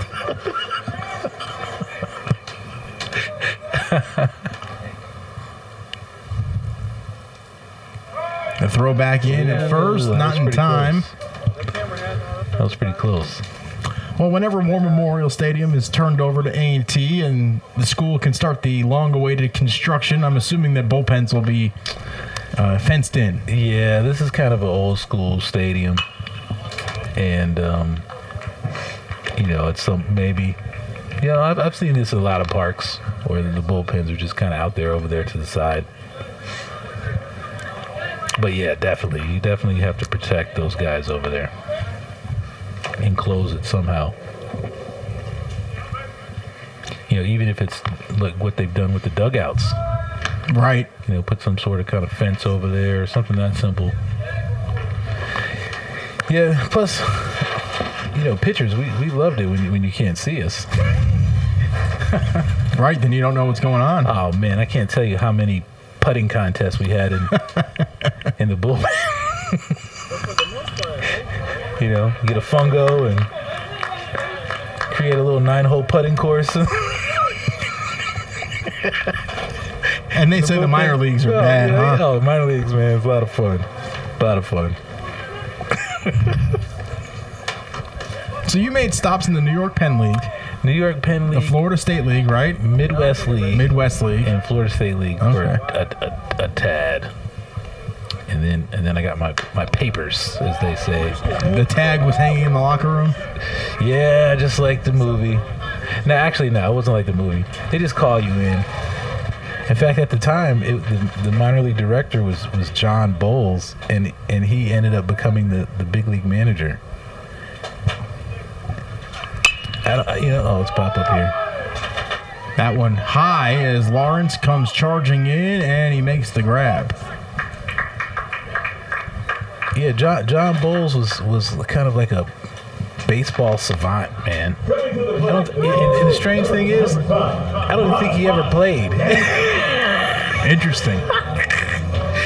He might be one of the in fact, I'm gonna look that up. He might be one of the only major league managers in history who didn't play. I think he might have played like high school baseball or something. Interesting. Like that. He was just a baseball mind and really knew the game. So Midwest League. Then were you in Clinton? We played Clinton.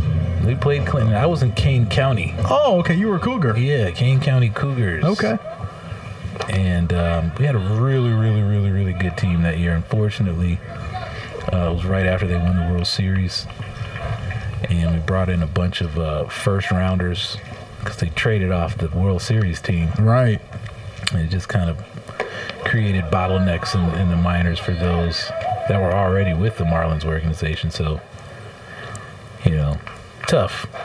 That whole ordeal is not what most people think it is. People don't realize that, it's typically one guy out there that they expect to make it, right? And the other 8 are there to make sure that guy gets reps. That's exactly what it is. And unfortunately, if I would have known that, I might have played a different game. Because again, it's just not what you expect as a baseball player. But a shot is a shot. Oh, no doubt. People give you. You got to be in it to win it. It is kind of a corporate structure, though, that most people just don't really kind of understand that exists. So it's 2-1 on Stanley.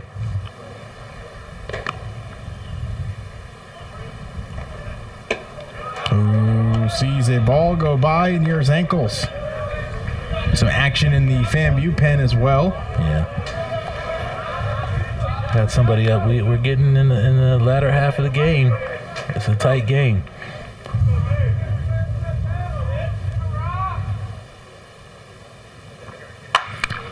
Stanley pops this one up. Put a good swing on Hader that one. Moda runs out of real estate.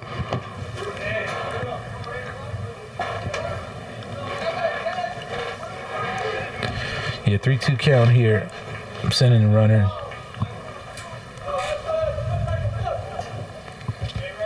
Let's see if he goes. 3-2, 2 out. Because, if you drive one in the gap here, that runner should score from first. He's got to be going on this pitch right here. He should be. McLean on the move. Grounder.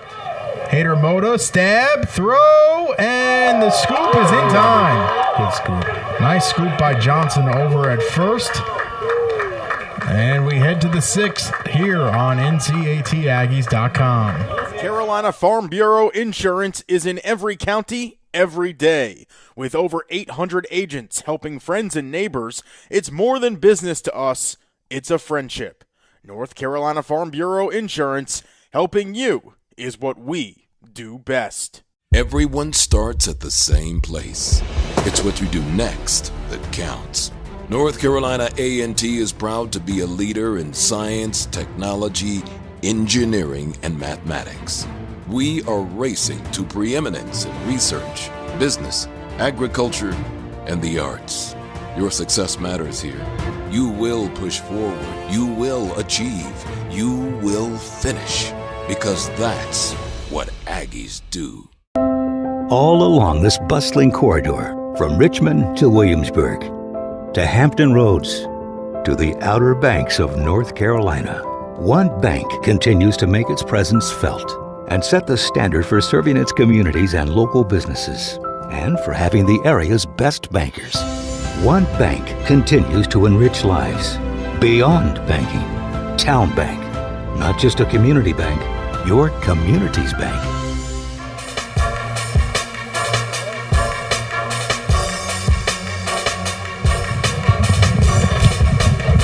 Leon Davidson is in.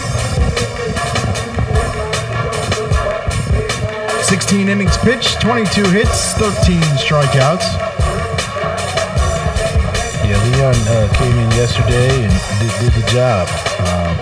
Gonna come in today. Try to do the same thing. I do see Gates over there warming up in our bullpen. I'm sure they're hoping Leon can finish it out. Yeah, sometimes I just worry about the amount of days these guys throw. But, again, talking must win. And is it really must win? I mean, we did, during the break, we had a chance to look at some more of the conference schedule. A lot of ball games left.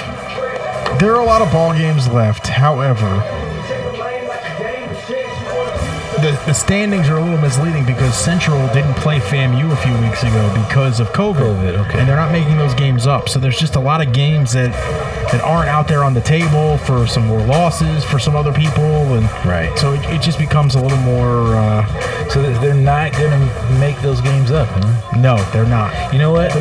Look, we talked about this maybe about a month ago during the Central Series about that year that I coached. Mm-hmm. We got to the end of the year and, the season wasn't all right. Leon starts off with a good first pitch strike.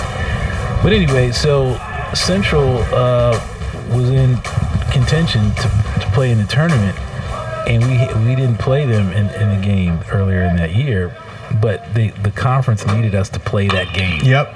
Oh, that looks like an out right there. Bryant pops this one up. Ash makes the play. 1 out. Good job by Mr. Davidson. Come in the game and record 1 out. But anyway, so we get to the end of the year. Savannah State and Central are. This is when Savannah was in the conference, and there was one game difference.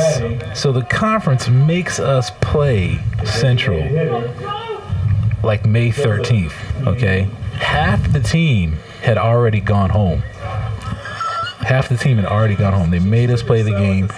Central needed the game, a win, to get into the conference tournament. We go down to Durham. Grounder over to second, over the glove of Mack and into the outfield. Good ground ball there. Mack almost made another spectacular play. It just hit a little too hard there. But anyway, we show up in Durham with half a team. I think we might have had 15 players. And proceeded to beat them with pitchers hitting, and it was just one of those wacky games we played in that old school Durham Park. That never gets old, does it? Beating Central. It was great, and I hate to say it, but there were some Central seniors, man. It was just disheartening for them because it was the end of their season. They couldn't believe that we beat them with a skeleton squad. That's why they play the games. So, this one skied into center field. Rodriguez finds it and makes the grab. So, back to what we were talking about with the COVID cancellations, I wonder if they would, something like that might come up again where they're like, hey. Maybe, but, I think the coaches voted that there was going to be no makeups. Really? Number 16. Yeah. But if there's a tie of some sort or something, I don't know what would happen. Yeah, no, interesting. We've got 2 outs here, Spence. Mr. Davidson's come in and We got 2 quick ones. Let's see if we can get out number 3.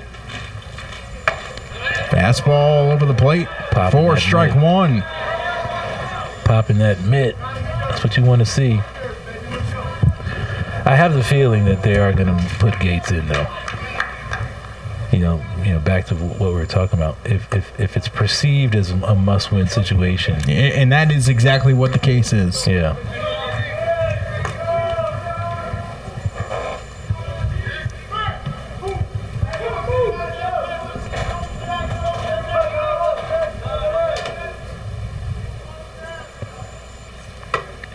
Check swing.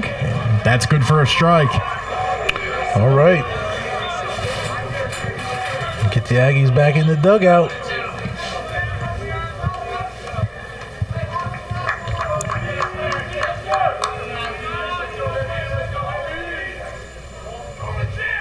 That one bounces away from Stanley, and it'll advance the runner, Fiorini, over to second. Yeah. Looks like Leon wanted to talk to Ryan Stanley for a second. We might have missed each other on that one. Mr. Stanley says, hey, don't worry about it. Let's just make the next pitch. All right, let's go ahead and just throw a breaking ball and get him looking. Right. 2-2, 2 gone here in the 6th. A&T leads it by 2. Davidson deals, and he misses outside. The count runs full. Uh-oh. Tying run is at the plate. Yeah, I can imagine Mr. Gates will be coming in. If Leon can't get this out here. Big pitch here. Grounder goes foul. Yeah, you'd like to see Leon just finish this batter right here and let the Aggies have a decent at bat, and then Gates come in and close the door.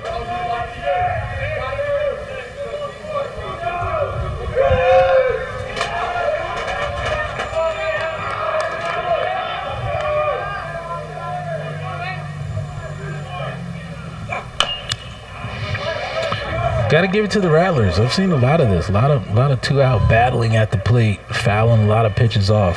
T's choking up on the bat a little bit, shortening his swing. Staying alive.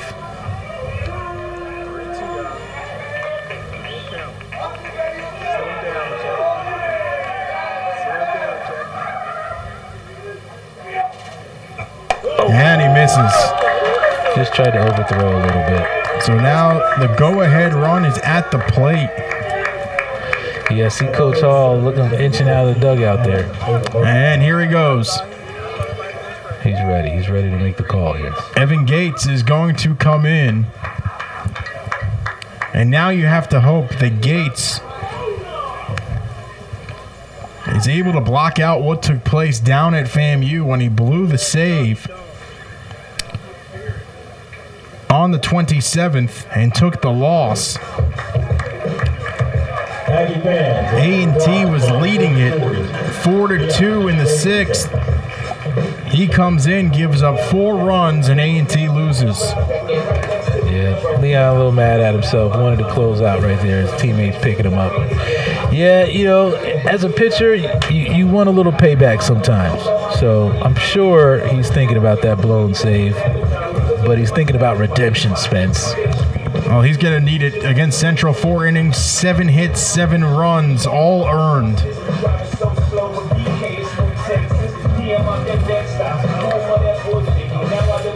Yeah, I will say, my philosophy in terms of managing a pitching staff is closer to, and maybe it's because I enjoyed it as a minor leaguer, kind of how they scheduled out your outings. Right. And, if you were the so-called closer, and then you were the closer, and if you were the long relief guy, that's what you were did. The long relief guy. Occasionally though, if you were a short reliever or a long reliever, you might be called for a spot start. Which you always appreciated. Right. Usually the bonus babies and I guess the pitchers that the organization really, really wants to see usually get the starts. Right. But, when you get a chance to spot start, it's an opportunity to show what you have. But I particularly enjoyed kind of, knowing that, I was going to get X amount of rest. If I'm going to be the closer, I'm going to be the closer. Yeah, I wonder if Gates sometimes, he's had to serve in long relief. He's had to be the setup man every now and then. He's had to do a closer. For Leon Davidson also, it's almost, so sometimes that can contribute to some bad outings, because your arm's a little bit fatigued. Davidson didn't look fatigued. He threw yesterday, came back and threw just now, just wasn't able to record that last out. Gates, though, popping the mitt here in warm-ups, as Adam Hadermoda will come up to the plate here in the 6th with 2 gone, 2 on, and a chance to take the lead. He is the go-ahead run. Yes, this is a big part of the game here. I'm sure Gates is coming in with a closer mindset here. Gates, 29 innings pitched, 3.14 ERA. Yeah, you always got to enjoy the challenge here. Fastball right here, down the middle. Boom, pop it. Fastball in there for a strike. Yeah, man, that's beautiful right there. Gates might even do it again. mid-90s. Might even do it again here. If I'm throwing right at my catcher's right kneecap. Didn't chase. 1-1. I go back to the left kneecap sinker. You don't want to get too careless here. Yeah. Again, I'm a fastball guy. So, and Gates is a fastball guy too. So I'm going for that inner half kneecap, get the ground ball just like that. Grounder, and it's through. Man. That'll score 1. And Adam Hadermoda is now 3 for 3 here in game 2, and the tying run is at third. Man, Aggie's got to fight. Yeah, that was a good low thrown ball. The guy put some good head on it. Just got by our middle infielders there. And Peyton Weinbarger is up in the pen. Zajuan Lawrence is 0 for 3 here in the game. Is up at the plate. 6-5, A&T on top with 2 gone in the 6th. I don't want to beat that dead horse, man, with those bunts earlier. Those bunts earlier on in the game make a little bit more sense now. Grounder, Williams, able to get the Aggies out of the jam. Got him out. We head to the bottom half of the 6th. A&T on top by 1. We're back after this on NCATAggies.com. North Carolina Farm Bureau Insurance is in every county, every day. With over 800 agents helping friends and neighbors, it's more than business to us, it's a friendship. North Carolina Farm Bureau Insurance, helping you is what we do best. Everyone starts at the same place. It's what you do next that counts. North Carolina A&T is proud to be a leader in science, technology, engineering, and mathematics. We are racing to preeminence in research, business, agriculture, and the arts. Your success matters here. You will push forward. You will achieve. You will finish. Because that's what Aggies do. All along this bustling corridor, from Richmond to Williamsburg, to Hampton Roads, to the Outer Banks of North Carolina, one bank continues to make its presence felt and set the standard for serving its communities and local businesses, and for having the area's best bankers. One bank continues to enrich lives beyond banking. Town Bank, not just a community bank, your community's bank.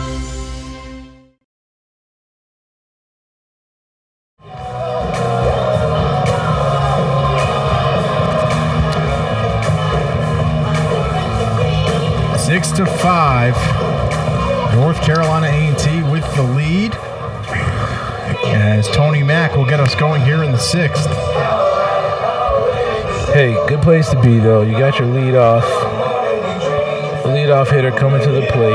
Hopefully you can get a few more insurance runs. Feel a little bit better about Gates closing it out in the bottom of the 7th, or top of the 7th, rather. And you have Weinbarger up just in case. Yeah, Peyton has just been solid. Weinbarger is my eye sees Weinbarger as a lefty, potential lefty spot starter also.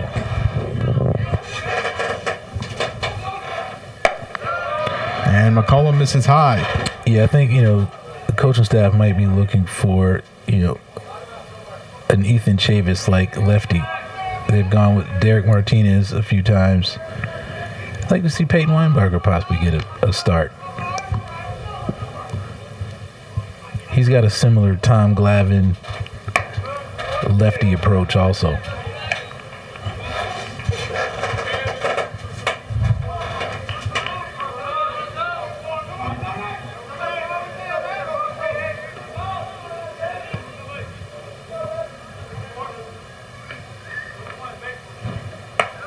Misses high. Yeah, Tony Mack really just being patient up there, looking really loose.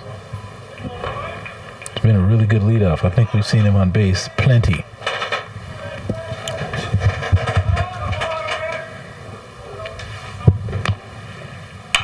And this one popped up. Out of play. See Hader Moto over there inching in. Right before that last pitch, almost as if, what if this guy pushes one over here? Right. I want to be ready.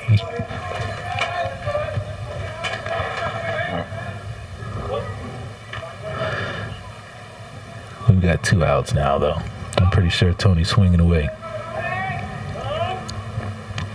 And time is taken.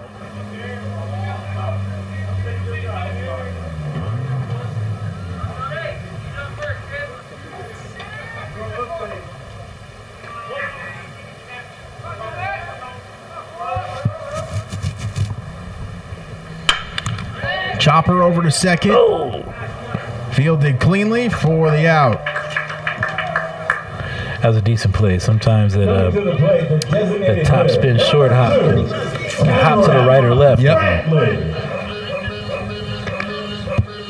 Every once in a while, the War Monster will come out and grab the ball. Show its head. Cameron Brantley is up. Another dangerous position for this right-handed pitcher that's come in for the Rattlers. He had a solid shot into the right field corner, and you just saw Evan Johnson take a little hop step towards the line. Yeah. As Brantley lets ball 1 go by. Yeah, Brantley, I think was a transfer maybe from he was from a big program. Maybe he wasn't getting any ABs, but he's definitely swinging it. Brantley came in from Florida Southwestern. I think, what are they, Division II maybe? Florida Southwestern. JUCO. Gotcha. Maybe I'm getting him mixed up with another guy, but he's definitely got a look in the box that lets you know he can swing the bat.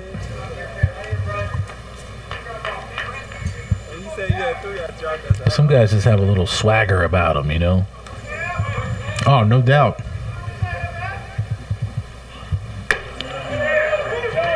Watches the strike go by. 2-2.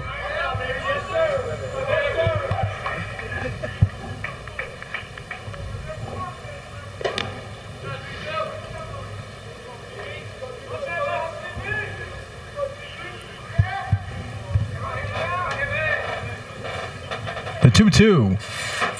Breaking ball misses. Oh, out the way there.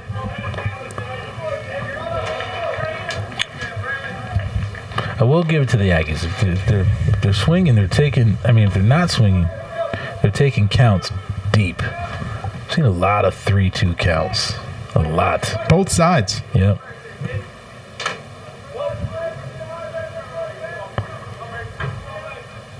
The 3-2. Breaking ball outside, and Brantley will walk. A little swaggeristic right there, how he leaves the bat. You could help your teammate out and flick it back to the dugout, but he likes to just leave it. And it looks like we're going to have a pitching change for Florida A&M as Jamie Shoup will step out of the dugout.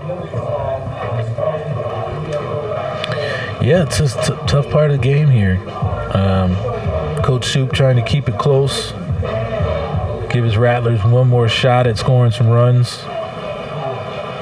Don't want it to get out of hand here. We got one out, running around on first base. He hasn't signaled yet. It looks like the bullpen is ready over there. Waiting for the call. He's not extending the meeting to give the pitcher any more time. Yeah, he's not even throwing over there. Maybe he's just telling them, guys, listen, man, let's put the nail in the coffin here. And there is going to be a pitching change.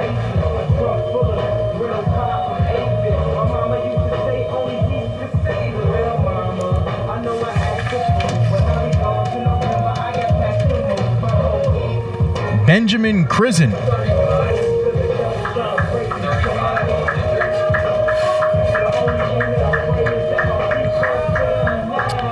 Yeah, that guy didn't do a bad job. He came in. We really haven't scored any runs in the last few innings, so did the job.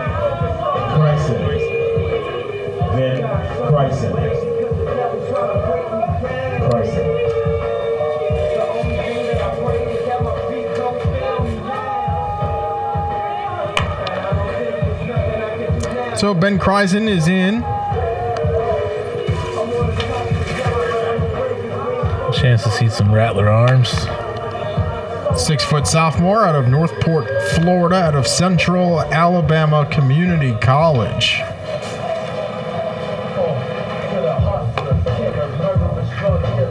Has some decent velocity there. 3.86 ERA on the season. Against A&T, made 2 appearances. 3 1/3 innings pitched, 3 hits allowed, 1 run, 1 walk.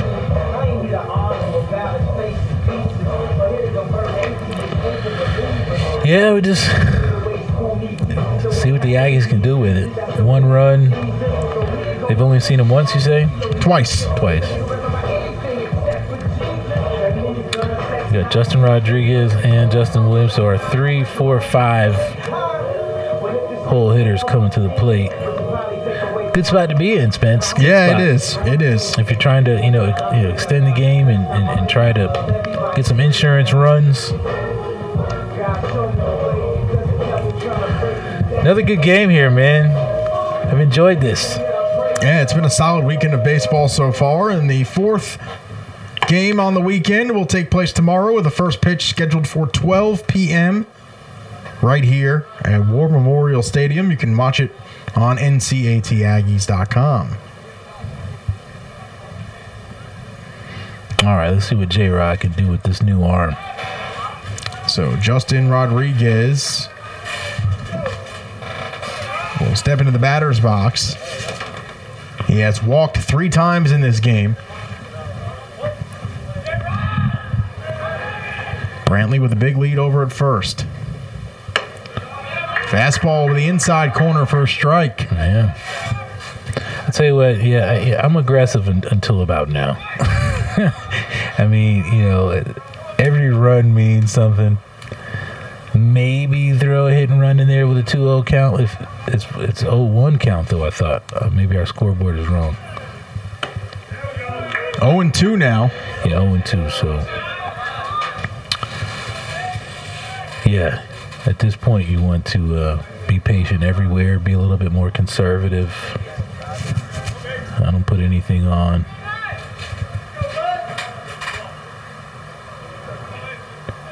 See if we can hit some gappers or some corner balls. This one sliced towards right center field, and it will drop. With flair. Man, this is who we need at the plate right here, Spence. So Justin Williams, who hit a 3-run homer earlier in this one, The third baseman, number 7, Justin is up at the plate. Williams.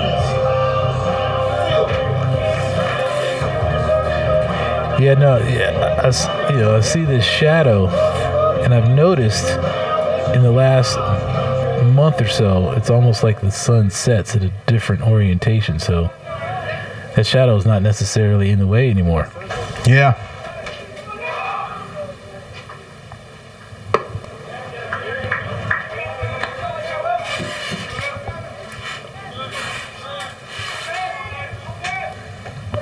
All right. This is the time to get some insurance runs here. We'll see if Justin can put a really good swing on a ball, hit a hard hit ball somewhere. Check swing, and that is strike 2. Yeah, 2 good off-speed pitches executed by the Rattler pitcher, Kryson. Got to protect the plate here. He's thrown 2 off-speed pitches. Sometimes as a pitcher, you might want to try to freeze a guy here. If throwing 2 off-speed, throw hard in, freeze him up. That's what he tried to do. He just missed. Yeah. Pitcher's philosophy, it was a good approach there.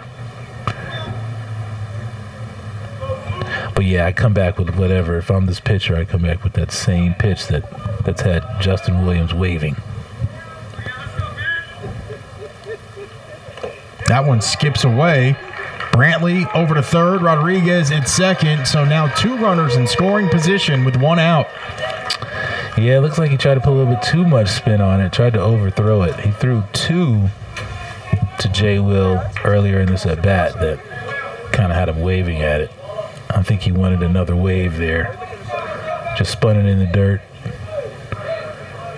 Now you can't throw anything close to the plate because technically his run doesn't really matter. Right. You can put him on base, get the force, and then you have the double play available. That's true. Hey, man, but you're using your baseball brain there, Spence. You know. Glad to know I have one of those. So yeah, maybe not just put him right on. No, but pitch around the plate. Exactly. That was a good. I think that's what they did on that last pitch. Nice little. See if he can wave. He didn't wave. I'd go back again, one more time. Grounder through the hole. That'll score 2. And Justin Williams with his 5th RBI of the day. Man, he's having a day. Yeah, the Rattlers were able to sneak a few hits up the middle, and it looks like the baseball gods blessed us with one, and we've got some insurance. So Williams is now over at first, and Dustin Baber will head into the batter's box. The Aggies lead at 8-5. All right, so now we've got 3-run lead. We've got 1 out. Time to get aggressive again. For me. You going hit and run right now? I'll go hit and run right now, man. Right now. First pitch. Bang! It's a ball. So 1-0. I mean, because, really, we've got 1 out. Let's just be a little aggressive, push the issue.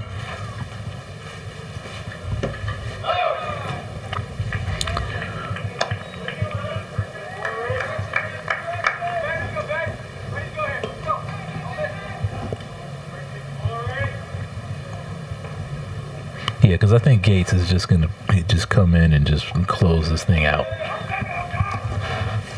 think he's ready.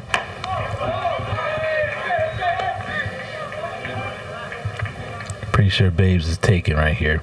3 straight balls. 8-5, Aggies on top. 9 hits in this one. Yeah, prior to the 3-0 count. I like hit and run because, again, I can't stand double plays. Ball 4. So a walk. Williams at second, Baber over at first. Coming to the plate, the right fielder, number 2, Camden Williamson.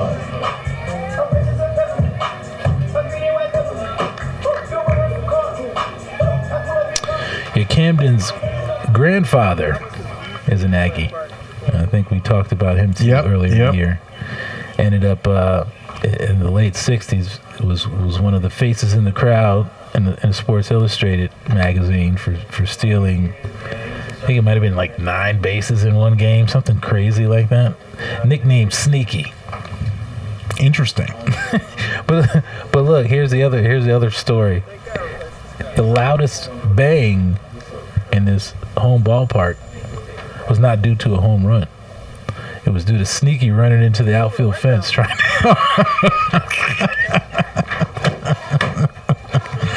Oh, man. That's tough. That was for my dad, man. That's tough. My dad claims he ran through the wall out there. It's one of those old school fences. Oh, man. That's tough. Running after a ball. Yeah. Yeah, the old ballpark here used to have a 3-tiered fence, during the minor league days. I think it might have been made out of wood, but during those days back then, it might have kind of been like that corrugated tin.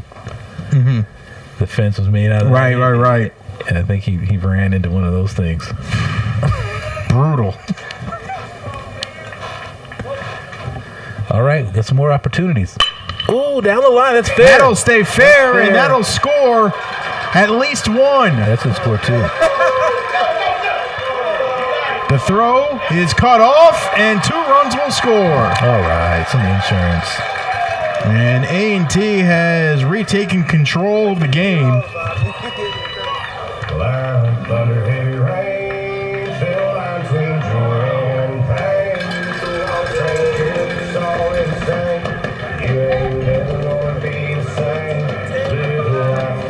Ten to 5, Aggies on top. Yep.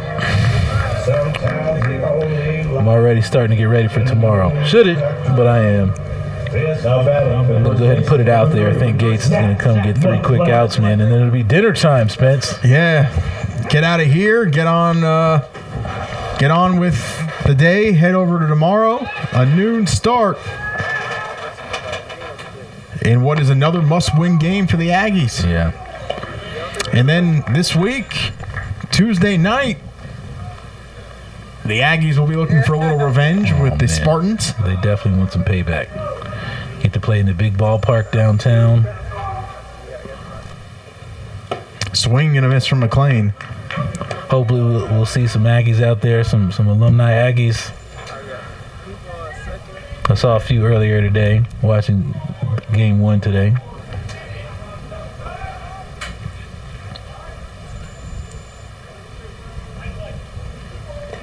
That one bounces away from Rayburn. I think Williamson will move over to third. As more people get their vaccinations, they feel a little bit more comfortable about coming out. A lot of space out here at the War. Yeah, I don't think social distancing is an issue here at the ballpark. Yeah, we need to see more Aggies out here. Come out here and support your baseball program. Aggies are playing some really, really good baseball. Salvaging their season.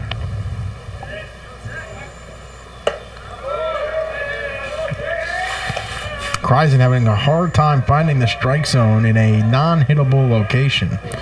Yeah, that sun is in his eyes a little bit. I think it's sneaking through the back of the War here, just glaring in the pitcher's eyes.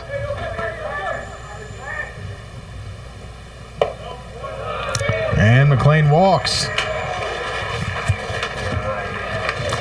And it looks like we're going to have a pitching change. Yeah. What's your chosen post-game spread, Spence? What do you like to eat around here? I mean, I supporting our sponsors is a big deal. Mrs. Winters. Yeah. Always good. You pass it right on the way out of the park. Right. That's always a big one for all the Aggie fans. Usually can get the Aggie Pride special on Fridays, the 2 pieces for $2.99. Yeah. I still get that special. I remember getting that special as a student. Yeah, well, you know. Do you still show your Aggie 1 card, or they just know you by now? You know what? You actually can. I sometimes go to Elizabeth's. I don't know if they're a sponsor, but I do know that we that year that I coached, we got a lot of post-game meals from Elizabeth's. They make some of the best lasagna, man. Yeah, Elizabeth's is good.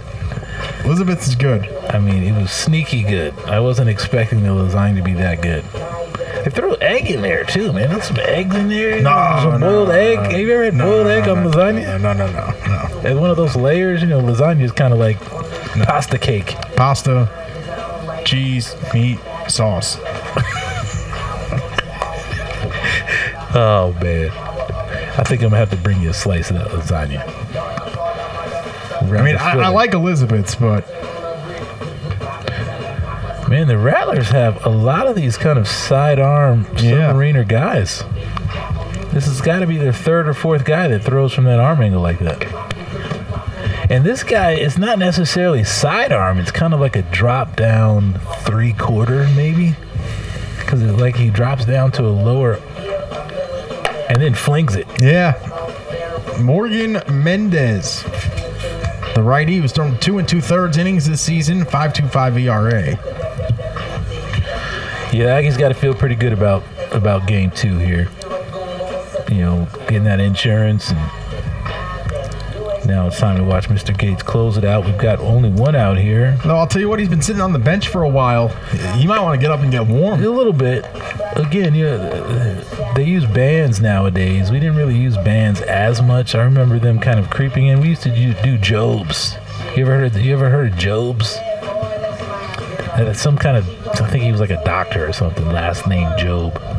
But they use 5-pound weights, like supination and pronation, and, you know, kind of to build that rotator cuff and elbow muscles. They're only using 5-pound weights. Mm-hmm. That was a big thing then. But yeah, now they do bands. The resistance bands? Yep. All right, TJ. First and third. Hack away, sir.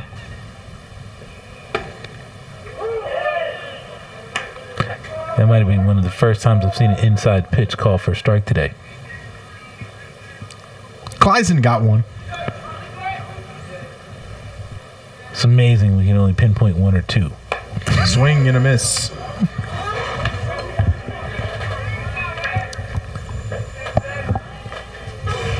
Well, it's 7:01 here in Greensboro, which means the umpire's dinner reservation's coming up in about 25 minutes. So, yeah, I'm sure they're ready to go home. Swing and a drive down the left field line. This will bend foul with 1 away here in the bottom of the 6th of a 7-inning game. It's been somewhat of a long day.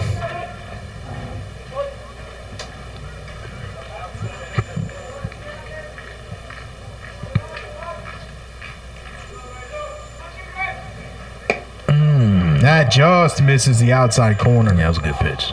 Rayburn did a nice job trying to spot that up. Yep.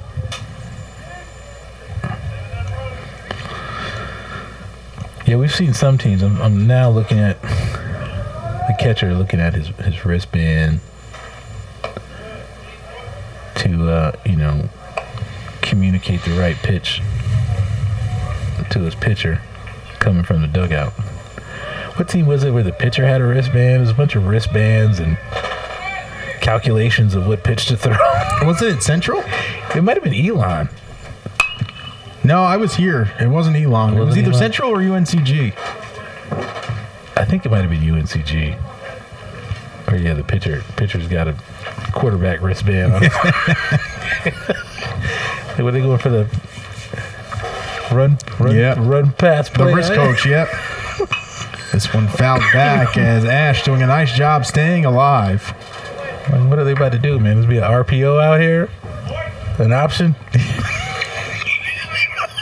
It is high school playoff time around the state. We'll start getting out, checking out some of the triad high school sports. Yeah, Dudley's still in the playoffs. Grimsley. This one popped up. skied. Tees makes the grab. 4 out, number 2. That'll bring up Ryan Stanley. All right. 2 outs. Yeah, this is swing out of your shoes time, man. Try to pad those home run stats. Number 25, Ryan Stanley. 2 homers this season, 1 for 2 today. He's 10-5. 2 outs. Because a lot of times when you do try to hit that home run, and like I said, it ends up being a hard hit ball. Yep.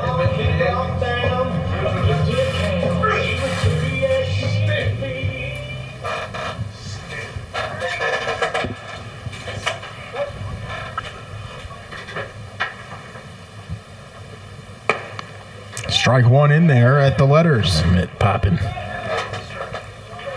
Yeah, Mendez really able to get the MPHs up there from the sidearm position. Yeah. Yeah, so I might have thrown him out there a little earlier. Stanley decided to pull back the bunt. The best bunter on the team right now. Leads the team in sack bunts. Ryan just plays the game the right way. Yeah. One of the best defensive catchers in the country. As Mendez misses. Yeah, I'm anxious to see what opportunity Ryan might get at the next level. Even if it's not affiliated baseball, maybe some independent opportunities. I could see him catching on as a bullpen catcher with a big club. Yeah. Those guys actually make a decent amount of money. Yeah. And you get a major league per diem. Yep. I could also see him going into coaching. Oh, definitely. Definitely. I think he's got more baseball in him, though. And, like you said, bullpen catcher with a big club, at least, a season of short season. This one flared into right field. Bryant makes the grab, and the inning is over.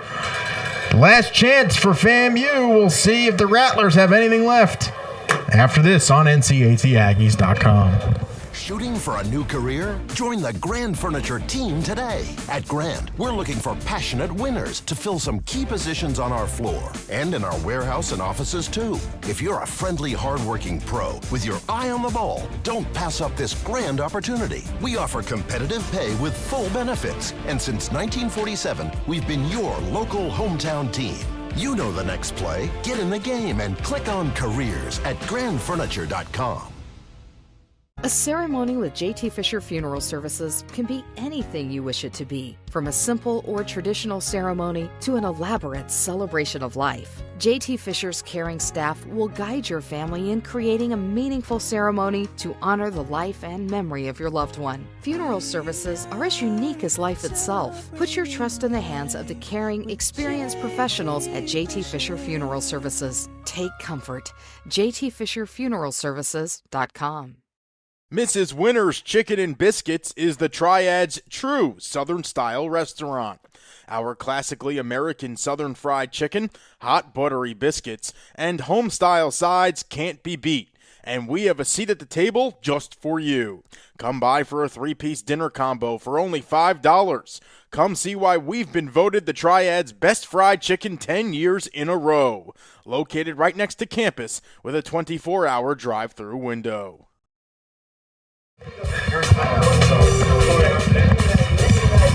10-5, North Carolina A&T with the lead. As we head to the 7th, Evan Gates will retake the bump. Yeah, Gates, again, probably didn't like giving up that one hit last inning. But now he's coming in with nobody on base. Right. So it's time to just shut the door. Get your team ready for tomorrow as soon as possible. Octavian Moyer, who's been really good today. Yeah, man. He's up at the plate. He's 1 for 3 in this one. Had a great game in game 1, 3 for 5 with 4 ribbies. 2 RBIs here this afternoon. Yeah, Gates is one of those pitchers, he throws hard. So I don't care where you are when you're throwing hard. Inner half, outer half, most of the time guys are going to be late on the ball. So, defenders should naturally shade a little bit more to that side. Because, Gates, mid-90s, low to mid-90s. And he's in there with a strike. Yes. Third of the year. Aggie fans, thanks for the corrections. During the break here, we received a text that Mr. Brantley actually came from UNC Chapel Hill program. Yep. And then he must have transferred to Florida Southwestern. Yep. So in the compliance world, we call those 4-2-4 transfers. A little switcheroo. Yeah. Oh, good pitch. That's how you avoid the sit-out year, isn't it? Yep. Get a chance to go to a JUCO program, maybe play a little bit, get an associate's degree, then transfer to a 4-year program on your way to a bachelor's degree. At least. Maybe even a master's. Yep. Chopper over to short. Baber fields it cleanly. The throw is in time. Good play. Routine. So 1 away here in the top of the 7th as Jared Weber will step up to the plate. He's 2 for 3 today. 1 out. Always feels good when you get that first out. Now we just need 2 more. A&T, 10 runs, 10 hits. Florida A&M, 8 hits, 5 runs. Man, definitely looking forward to tomorrow's ball game. Yeah, it should be a good one. Yeah, we said that the Aggies needed 3 out of these 4 here. So Gates is slated to start tomorrow.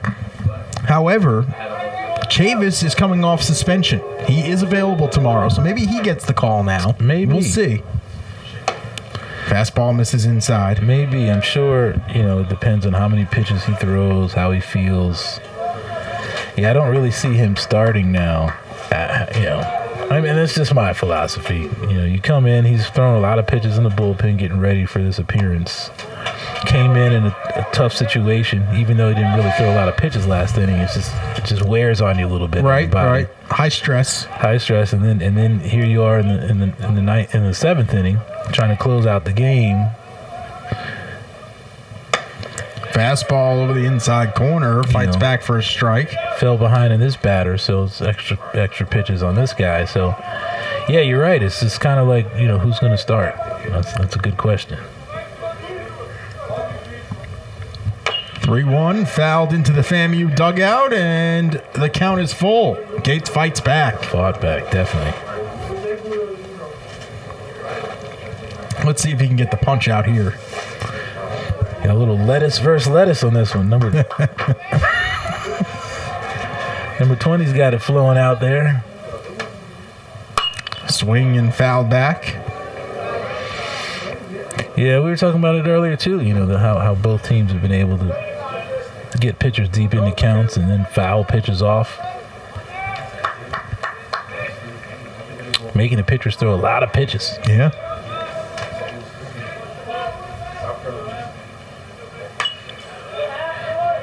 Weber doing a nice job staying alive. Yeah, with this lead, 1 out, again, I'm challenging Weber. I'm challenging him. I'm going right down the middle of the plate, hit my best fastball. Let's see if Gates can do that here. The 3-2. Breaking ball. Another breaking pitch. And that's out number 2 and the 47th strikeout of the season for Evan Gates. Yeah, maybe Weber was thinking how I was thinking. Looking for that fastball. Yep. Frozen. Tucker Rayburn is up at the dish. He's 0 for 3 today. All right, we got 2 outs, so again, it's shove time. I mean, I'm throwing fastballs down the middle. Looks like that's what he's doing. Gates in there with a strike, 0-1. Trying to close this thing out. Came in while it was a safe situation, so he would indeed earn his third save of the season. Swing and a drive. That one's fouled back. 0-2. Let's get ready for tomorrow. Let's see if he can freeze him up right here. Yeah, we need some clapping, Aggie fans. Yeah, I'm starting to hear it now a little bit, and now it just went silent. We're going to have to get a little video scoreboard here during the redo. And play the clap out there. Yeah. Because I call the it 0-2. Oh, got him! The Gateskeeper with the save. I see you channeling your inner Chris Berman there. And the Aggies win an important one, 10-5. And we'll be back tomorrow for Game 4 at 12 p.m. Well, Corey, solid outing here in game number 3. And the part that I liked the most was that even though the Aggies let FAMU back into it, they rose to the occasion and got the job done. Absolutely. Showed a lot of resolve. Again, approaching it as a must-win situation. Hey, Spence, enjoyed it, man. I look forward to tomorrow, man. We'll see you tomorrow. And we appreciate our TEM video crew bringing you all the sights and sounds here at War Memorial Stadium. Once again, the final score, 10-5. From my partner, Corey Lima, I'm Spencer Turkin saying so long from the east side of Greensboro. We'll be back tomorrow at 12 p.m. right here on NCATAggies.com. Good night, everybody.